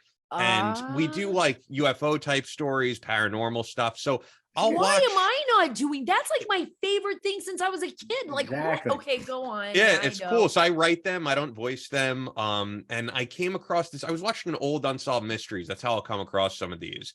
And there was this guy named Dennis Sant. Yeah, I love all the original one. So there was this guy, Dennis Sant, who was former Air Force, who lived in the Hudson River Valley area of New York, like right around here. And he encountered a UFO that there were thousands of calls about. Like he says that while this thing landed in his backyard, there were people yelling at him on the highway. They were like, "Get back in your house." And he's going, "No, like, I want to see this." His kids are running back in the house. And it's this amazing experience. So I was thinking, this guy lives right around me. I'll see if I could meet up with him, get an interview, use it on the show. And I called him up. Great guy. Does not come off as like a crazy UFO person, comes across extremely credible. And I got this amazing interview out of him. And I remember I said to him, I go, it would be great to get you on Battle Line Podcast, being that you're former military. And we like to talk about everything like this. And he was like, yeah, I would love to come on. And this was a few months ago. And I was like, you know what? We have a few openings. I'm going to try to call this guy up and get him on Battle Line with Chris and myself. And I was trying to remember. I was like, what branch of service was he in again? I just want to make sure I have all that right. And so I Googled him just to see if it was Air Force, and I'm seeing that it's right. And sure enough, man, I come across this article that Dennis Sant, September 18th, passed away. Well, he's World War II. He was World War II vet too. No. He's much younger, not World War II. Oh, I don't know. Not World War II. Because we had a World War II vet that he was only 75 when he died. He was only 75. So I probably got the last interview out of this guy ever. Will you send that to me? Yeah. It's up on Obscurities. I remember. Oh, I'll go to Obscurities and I'm gonna I could pull send it up. to you, but it was just crazy. Like, I interviewed him probably 2 or 3 months before, and I'm sure you've had this experience too, where you get a great interview out of someone. He was completely live. I interviewed the last Frogman, and then when I went back to go, wanted to connect with him again, he died. He had passed away. I've had Pearl Harbor survivors that I've interviewed, and then a few months later you find out they passed away. And actually in the last episode that Tonto and I just posted today, that's why we say, and I'm sure you feel the same way, like if there's World War II veterans who ever want to come on, or Holocaust survivors, like I feel like they should be ahead of the line, because you're, Chris's youngest kid and kids of today, like they're not going to get to meet these people. And I'm so blessed that I've met probably like a dozen Holocaust survivors, and probably, I don't know, around that realm of World War II survivors. And yeah, they're all dropping. And that's so important, to keep their memory alive and their stories alive, because we have not learned the lesson. Right. Yeah. And I'm with Holocaust survivors, World War II survivors. They do have to take the front of the line. They do have to be one of the most important documented, like historical documents, has to be like directly from their mouth what they witnessed, because only you can tell the story of where you've been, right? No one else can. They could try to piece it together. But I was like, I really want that story on the UFO story, but I wondered if you guys seen this. I got to look it up now. Sorry, everyone. No, go for it. Go for it. Okay. So I'm glad you're going along with us. I hope we're, I don't even care. I'm having so much fun on your show. I just absolutely love it. But there was a story that just came out. Oh, Area 51 website owner raided, and it's verified. His house was raided by the FBI this past week and the DOD. So so basically a Nevada man, this was posted on an Associated Press, who operates a website focused on Area 51. His name is, I'm probably going to say it wrong. It's like Ragnarok or something, like, some kind of weird, like, Scandinavian name. It's like Gorge. It's like Gorge Arnu or George Arnu. Yeah, I know, to make fun of my accent. I know, I love that show, Vikings. It's like so freaking great. I'm like Ragnar. I want to go like back in those days. I wouldn't even mind having wooden teeth. Like every time I fucking see another guy with a man bun and a pair of like painting his nails or something, and like with a girlfriend, like I'm just like, someone just shoot me and just send me back to the Vikings. Just let a Viking just manhandle me. I have no idea.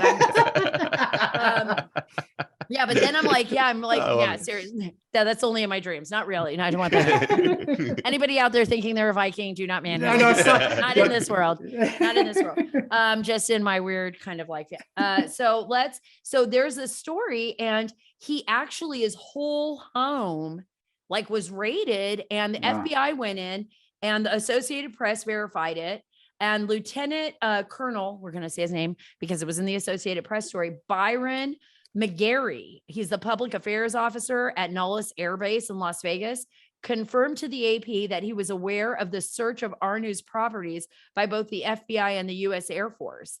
And so apparently they thought he had something that would be evidence. And Arnu says, look, I'm not a spy. I have this podcast and I have this website, and said the vast majority of my members on the website support the military, and we understand the need for secrecy and keeping our country safe. So he's like, I don't know like what they were raiding me for, like maybe he didn't even know what he had. Yeah, there's so many Pretty weird, people who though. get targeted. I mean, if you look up like the Bob Lazar story, or if you've seen the Bob Lazar Oh, documentary, absolutely. Yeah, I mean, Lazar's that's- awesome. yeah, very interesting stuff. And he doesn't come across, I think, as a guy who was trying to be famous. There's certain things to check out. Some things might not check out. But Well, some of his, what was it? The chemical, I remember, what you're talking. It was like Moscovidium, something like oh that. no, but yeah. but they actually found it. Yeah, and they found wasn't certain like he things was that he making- says, that were there. Yeah. Yeah, that were there, that were actually like true. So it's like,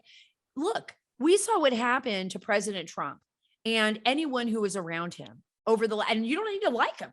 You don't even need to like him. I uncovered these stories, but the FBI and the DOJ have weaponized a lot of what they've been able to do. I mean, what we know now is the truth. We know now that the Christopher Steele dossier was a bunch of bullshit. Yeah. So why was it all over the world like it was actual fact? Well, that also goes back to something I was saying with just selling people to advertisers. If people want to hear it, it's going to be reported on 24/7, Right. nonstop. If people are going to click on it, I mean, Trump and all of the, if you want to say scandal or all of just the craziness around his administration was great for ratings. For clickbaits. Yes. And it was great for government officials that hate him, and they just hate him. And that's how Washington operates, and people hate him. And if you're now, that's how it works. But when you think about even now, like with, and we'll go back to UFOs, because I think that's an interesting story because it's not politics, right? But it's how the governments operate. But how long have people come out, they've been whistleblowers, or somebody's come out and said, oh my gosh, I've seen something. And then they chalk it up to them being quacks, to the point where even pilots that work for legitimate airlines or in the military were terrified of saying anything because they were afraid that if they told the truth, that they would be ostracized to or relegated to the padded cell. Shit, and it goes back to what you're saying about the UFO in your backyard and you're like, honey, turn around. We didn't see that. Yeah, it goes back to what you're Everybody, saying about the disinformation grab the board. tequila. It's what you were saying though about the disinformation board and all that. It's it's going to be a threat to just uncover this type of stuff. I love reading up on conspiracies, and some of it you learn really holds no water. But then there's other stuff I read about and I go, wow, this is kind of strange. There's been times off the air I've talked to Chris about stuff I've been reading about the Oklahoma City bombing that I never knew. And it doesn't mean that there was a giant conspiracy theory, but there's stuff that I think is worthy of reading into. And I think, when you have the government at large or these social media companies saying this is disinformation, we need to get it off the platform, we need to basically delete all of this. I mean, it's just not good for real information coming out because eventually you're going to uncover things that are real. Yeah. Well, it's even worse. Yeah, it's even worse. It's like we're in 1984. Why should the Babylon Bee be thrown off of Twitter? Why were they thrown off of Twitter? Project I would even Veritas. say, and we've had him on, and although Elon Musk has reinstated Trump, why will you not reinstate Alex Jones? I mean, Alex Jones should be allowed to be on there. Right, reinstate everyone. Why should the government babysit me? I have traveled the world and done more than most people have in Washington, D.C. I do not need them babysitting what I view or listen to, as long as it's not committing a crime or doing something terrible. And you're right. We're relegating people to these, this woke kind of ideology, and everybody's wearing their virtue signaling badge and marching around but in a weird way, they're the weirdest of the weird, right? It's not even it's the crazies are running the world. It's like we have set loose the insane in the insane asylum. Like we put all the normal people in the padded cell and the insane are running everything. And I can't figure it out. And then, but it makes sense, right? Because we're watching a shift from a nation where we used to celebrate individualism. We used to celebrate the fact that people had their own mindset, to a nation that's run by fear, controlling, a fascist state. You want to talk about fascism? Donald Trump's, don't even worry about that. Yeah. That's not fascism. That's just somebody that likes to talk a lot, right? And get on Twitter and like create problems. That's not fascism. Fascism's like, the guys that were running Twitter before, and Jeff Bezos, who was making hand over fist money, by the way, at the same time. And I love Amazon. I'm not saying I'm against innovation and Amazon. Hey, Alexa, send me a box of Kleenex. Shit, it's at my door, right? I've got diapers, I've got Kleenex, whatever you need. You got to get it out your door, right? So people are happy about some of this innovation. Me too. But all of a sudden, you've got Jeff Bezos pushing for more lockdowns. Yeah, we gotta have lockdowns. Yeah. COVID's going all over the planet. It's like it's killing everyone. All he's like making like buku bucks. He's like, holy shit, my stock's through the roof. I'm the richest man in the world. Yeah, and I mean, this is not And something the we're government typically is doing it. The government is doing it. I would even say, and this is not typically like what we get into in the podcast, and we'll wrap things up on here because we're going long. But one thing I could even point to, right, is just the silencing of people who have different opinions in terms of things that are profiting both the government and big corporations. I mentioned this because we're going to have Kristen Beck back on the podcast, but the fact that like pharmaceutical companies working with the government are pushing transgenderism onto children, and then you have someone like Kristen Beck, who was a Navy SEAL, who did transition from being a male to female, was put on the female hormones, was one of the most famous transgender people out there, and comes on the podcast and says, this was the biggest mistake I've ever made in my life. Psychiatrists and therapists basically brainwashed me into doing this to myself. And Kristen Beck had a megaphone when Kristen Beck was out there and had the documentary for Lady Valor and was saying, like, we need to have this. We need to have transgender people in the military. And now that Kristen Beck has basically done a complete 180, you're really not hearing from Kristen other than on podcasts like ours and Joe Rogan. And I do think that has something to do with the pharmaceutical companies making money off of us. So I completely agree where you're going with Amazon. And this is a little bit more political than where we usually go, but it ties into people we've had on the show from the real and I'm not experience. trying to be political because, like I said, I love the innovation. I love Amazon. I love the fact that, I'm excited about Elon Musk having Twitter. I think we need platforms where we can communicate, but they have to be honest about where they started. It was supposed to be a platform where everybody could share ideas. You just couldn't commit crimes, right? But you could share ideas, and we don't need people to babysit us. No. We're like, it's not political, but you're a podcaster. You don't want people telling you like how you should, if you're not committing a crime, if you're not pushing something that's dangerous for, and I'm talking about dangerous, like telling kids to, do stuff or whatever, but you're just a good human being with ideas, that should be okay. Ideas I worry about, early on we had Alex Jones on the show because Chris has been on InfoWars. And I do worry about having him back on the show, not even necessarily because of what he's going to say, but I'm just like, these big platforms could just shut down our podcast immiteally. Who's to say they wouldn't? They've done it to others. And they will, and they will, and they'll destroy. They go after, and that's their power, right? Because the power is like, okay, you're going to shut me up. Just like I'm not going to take that risk because I love what I do, and I want to win the war, not just this one battle. But what if when is the time to stand on that hill, right? When is the time to go away from the small battles to go to the war, right? And that's scary because none of us know when that is. I mean, the same thing with me. Everybody has, I asked, and I'll let you wrap it up because I know you guys probably want to go. I could talk to you guys forever. We can too. I mean, I know you're a busy woman. I know. It's okay. But like, even like with Lou Elizondo, look how scary that, Chris Mellon and him came out.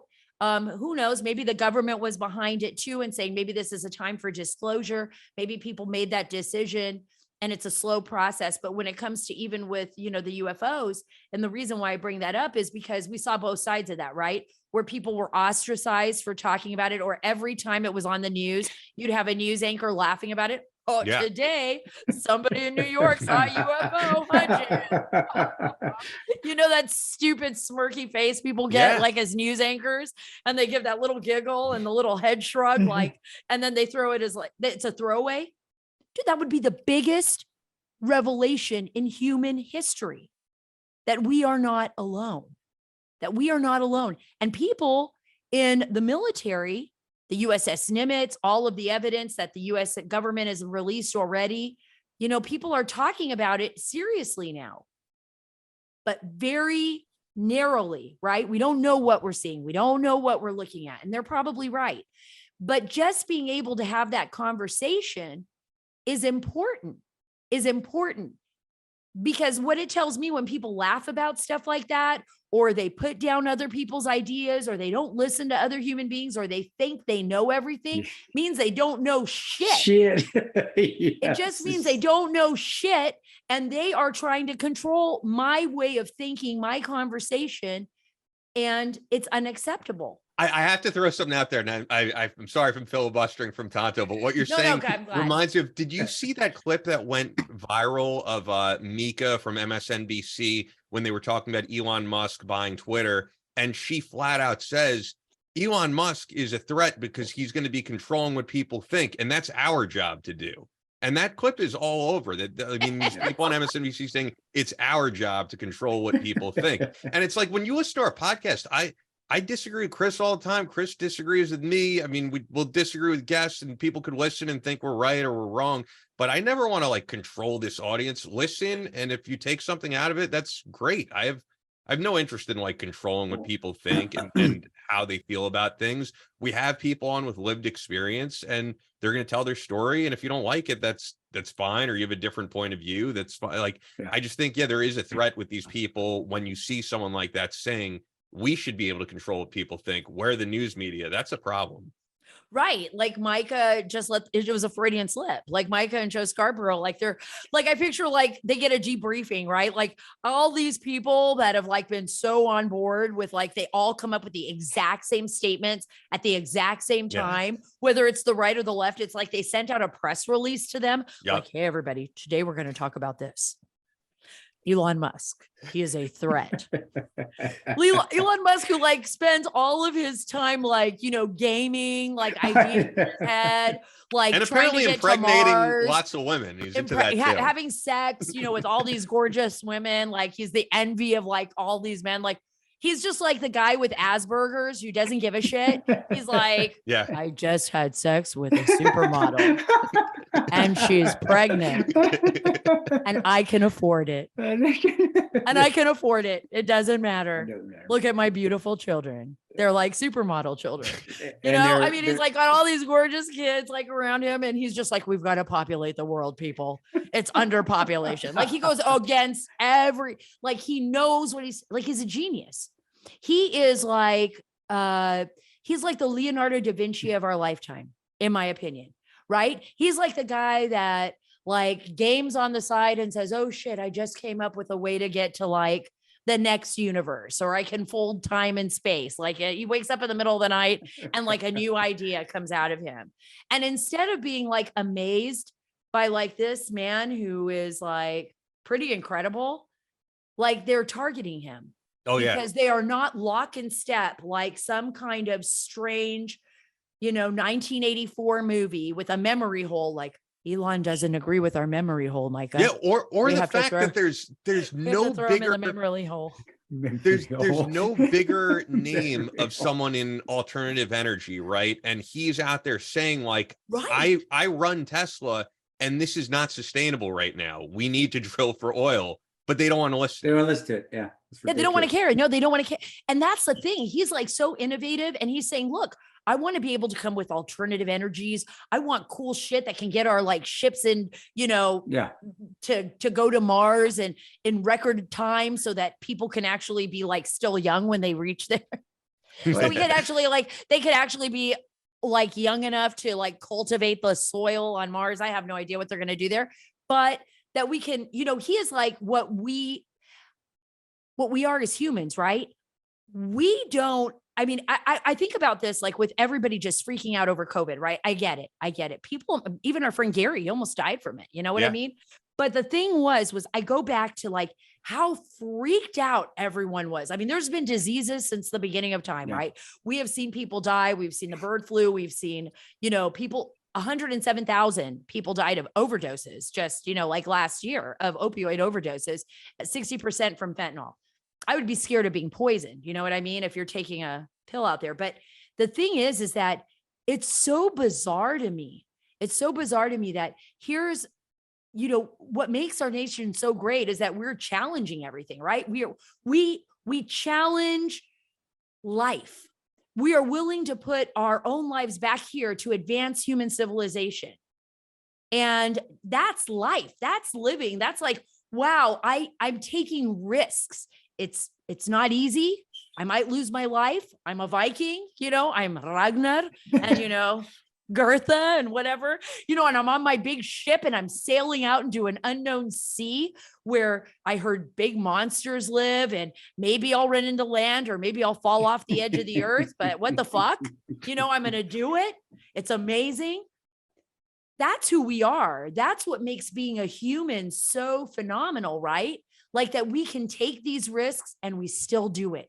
And we still fight for our family, fight for our country, fight for innovation, fight for advancement. You have a guy like Elon Musk, and others, Albert Einstein's, or, people with knowledge beyond even our understanding that are doing what is best for humanity. And it's like, we have a whole group of like upside down world people who are like, they are not agreeing with us. We must get rid of them.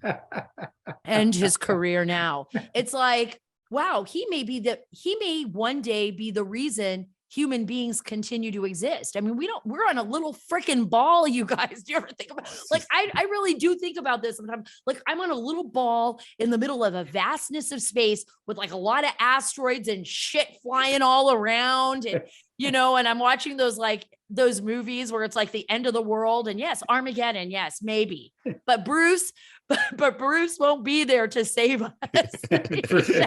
He will not be there to blow up the asteroid, right?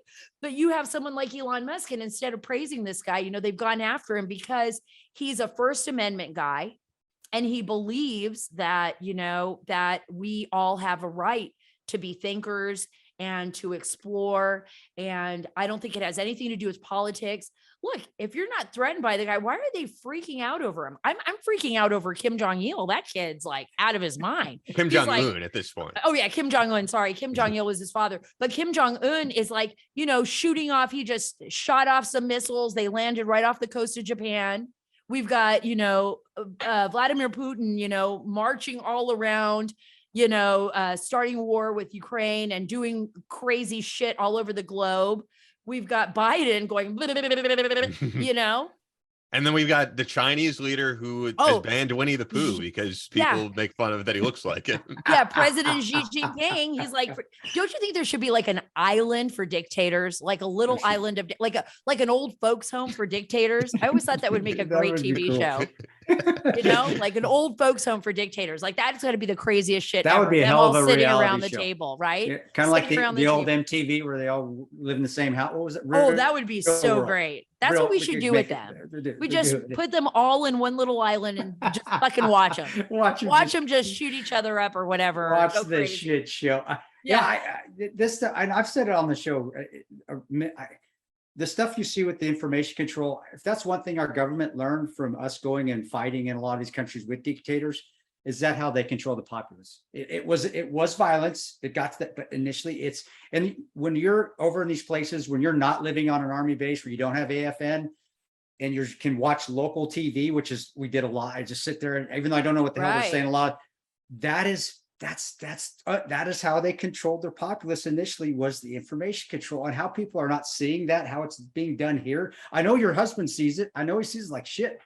I remember that when Saddam, that's why we went to Iraq. I remember Iraq was like that. I remember even the Taliban controlling the information flow in Afghanistan, Gaddafi and remember us doing it. I And remember that's- us doing I it. remember us doing that right now. That's why I said, Right. to me, But it's now like- we're doing it against ourselves. ourselves. Which is so freaking weird. We're like weaponizing everything and we're Yeah. weaponizing against our own people. It That's wasn't supposed exactly to right. be that. It wasn't so.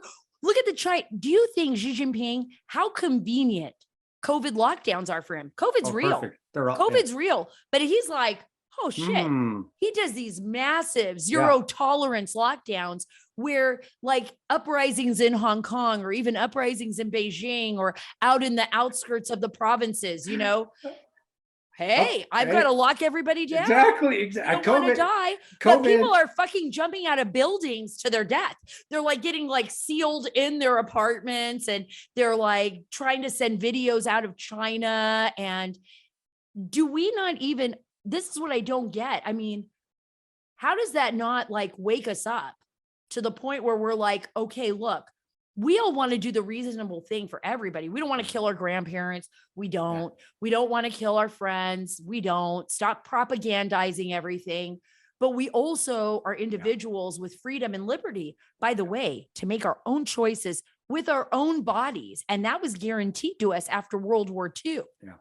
And even, we're- well, by the way, yeah, it was because people didn't have that choice before. They saw what was happening in Europe. They saw what was happening in Germany. Yeah. That was a guarantee under Nuremberg that we would never again, it would never be a global situation where we would all just be like lockstep, okay, for the And good now of the whole. And now it's like we want that. It's like many of the country want that lockstep now. They want it. They want somebody else to. They want the daddy government to tell them. The what daddy. I said, are they going to want give that, you a dude? spanking. I know. Don't you? They're like, But- they just want to be abused by Is it- daddy. I'm like so non-PC. You're gonna have to cut that out. No, that No, no, I'm gonna tell you. don't cut just- that. You say I just said. throw I that said. in there. Just Yeah, make I'll my just say, voice. just put in your, no, I don't care. You can keep that in. I'm just joking. I would be doing it for you. They'll probably be like at Fox, like, did you hear Sarah say that? She said, Yeah, and that's she I said, was "Get gonna spanking me now.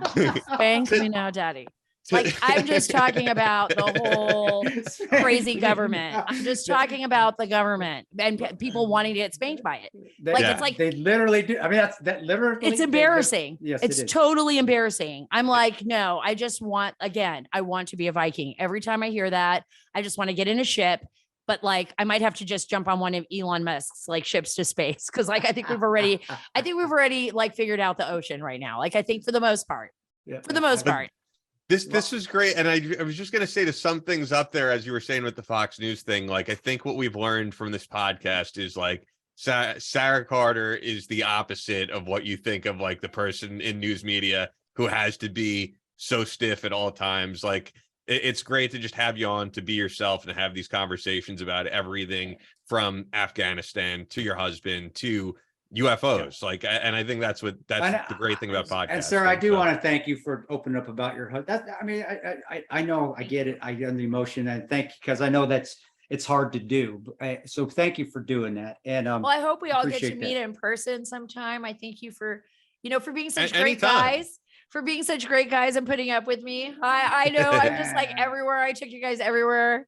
From like that's great though. That was awesome. Yeah. To me, that is why podcasting is as big as it is, because on news media, which you're in both of these worlds, everything has to be, you got to make your point in like 2 minutes, quick, probably less. Right. And it's hard to really expand on things when that's the format. So I think the cool thing with podcasting is, people are going to get something out of these 2 hours and hopefully be inspired by you and the story of your husband and also just your story coming up in news media and also to journalism. see that you're batshit crazy, which is awesome. I Love am, it. which That's is awesome. just, it's Fucking just awesome. part. Yeah. Should I get a little bat tattoo on my back? Now that we know, that's her call sign. Her call sign just came to her.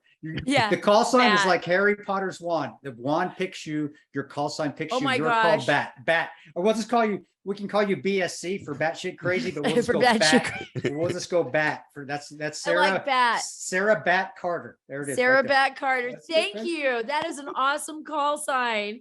But That is an awesome call sign. I could just, speaking for me, I would come by, anytime if we do get that chance to meet in person with Gary, with your husband. It would be awesome. Your I would husband would love be a that. great guest as well. At some Yeah, I'd love to point, have so. we would definitely love to have your husband on if he's game. Love to have him on. Okay, I'll let him know. I'm sure he can now. He can talk now, so that would be good. All You'd right, like him. You'd love him. You'd love him. But I think we need to get together like in person and like do shots and then talk.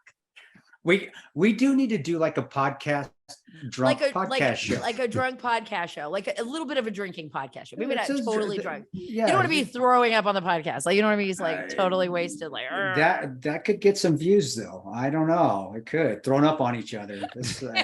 We'll have to do it at some point. But once again, for the audience, I do have to throw out there, SaraACarter.com. Podcast is available on all platforms, as well as the other podcasts that we mentioned.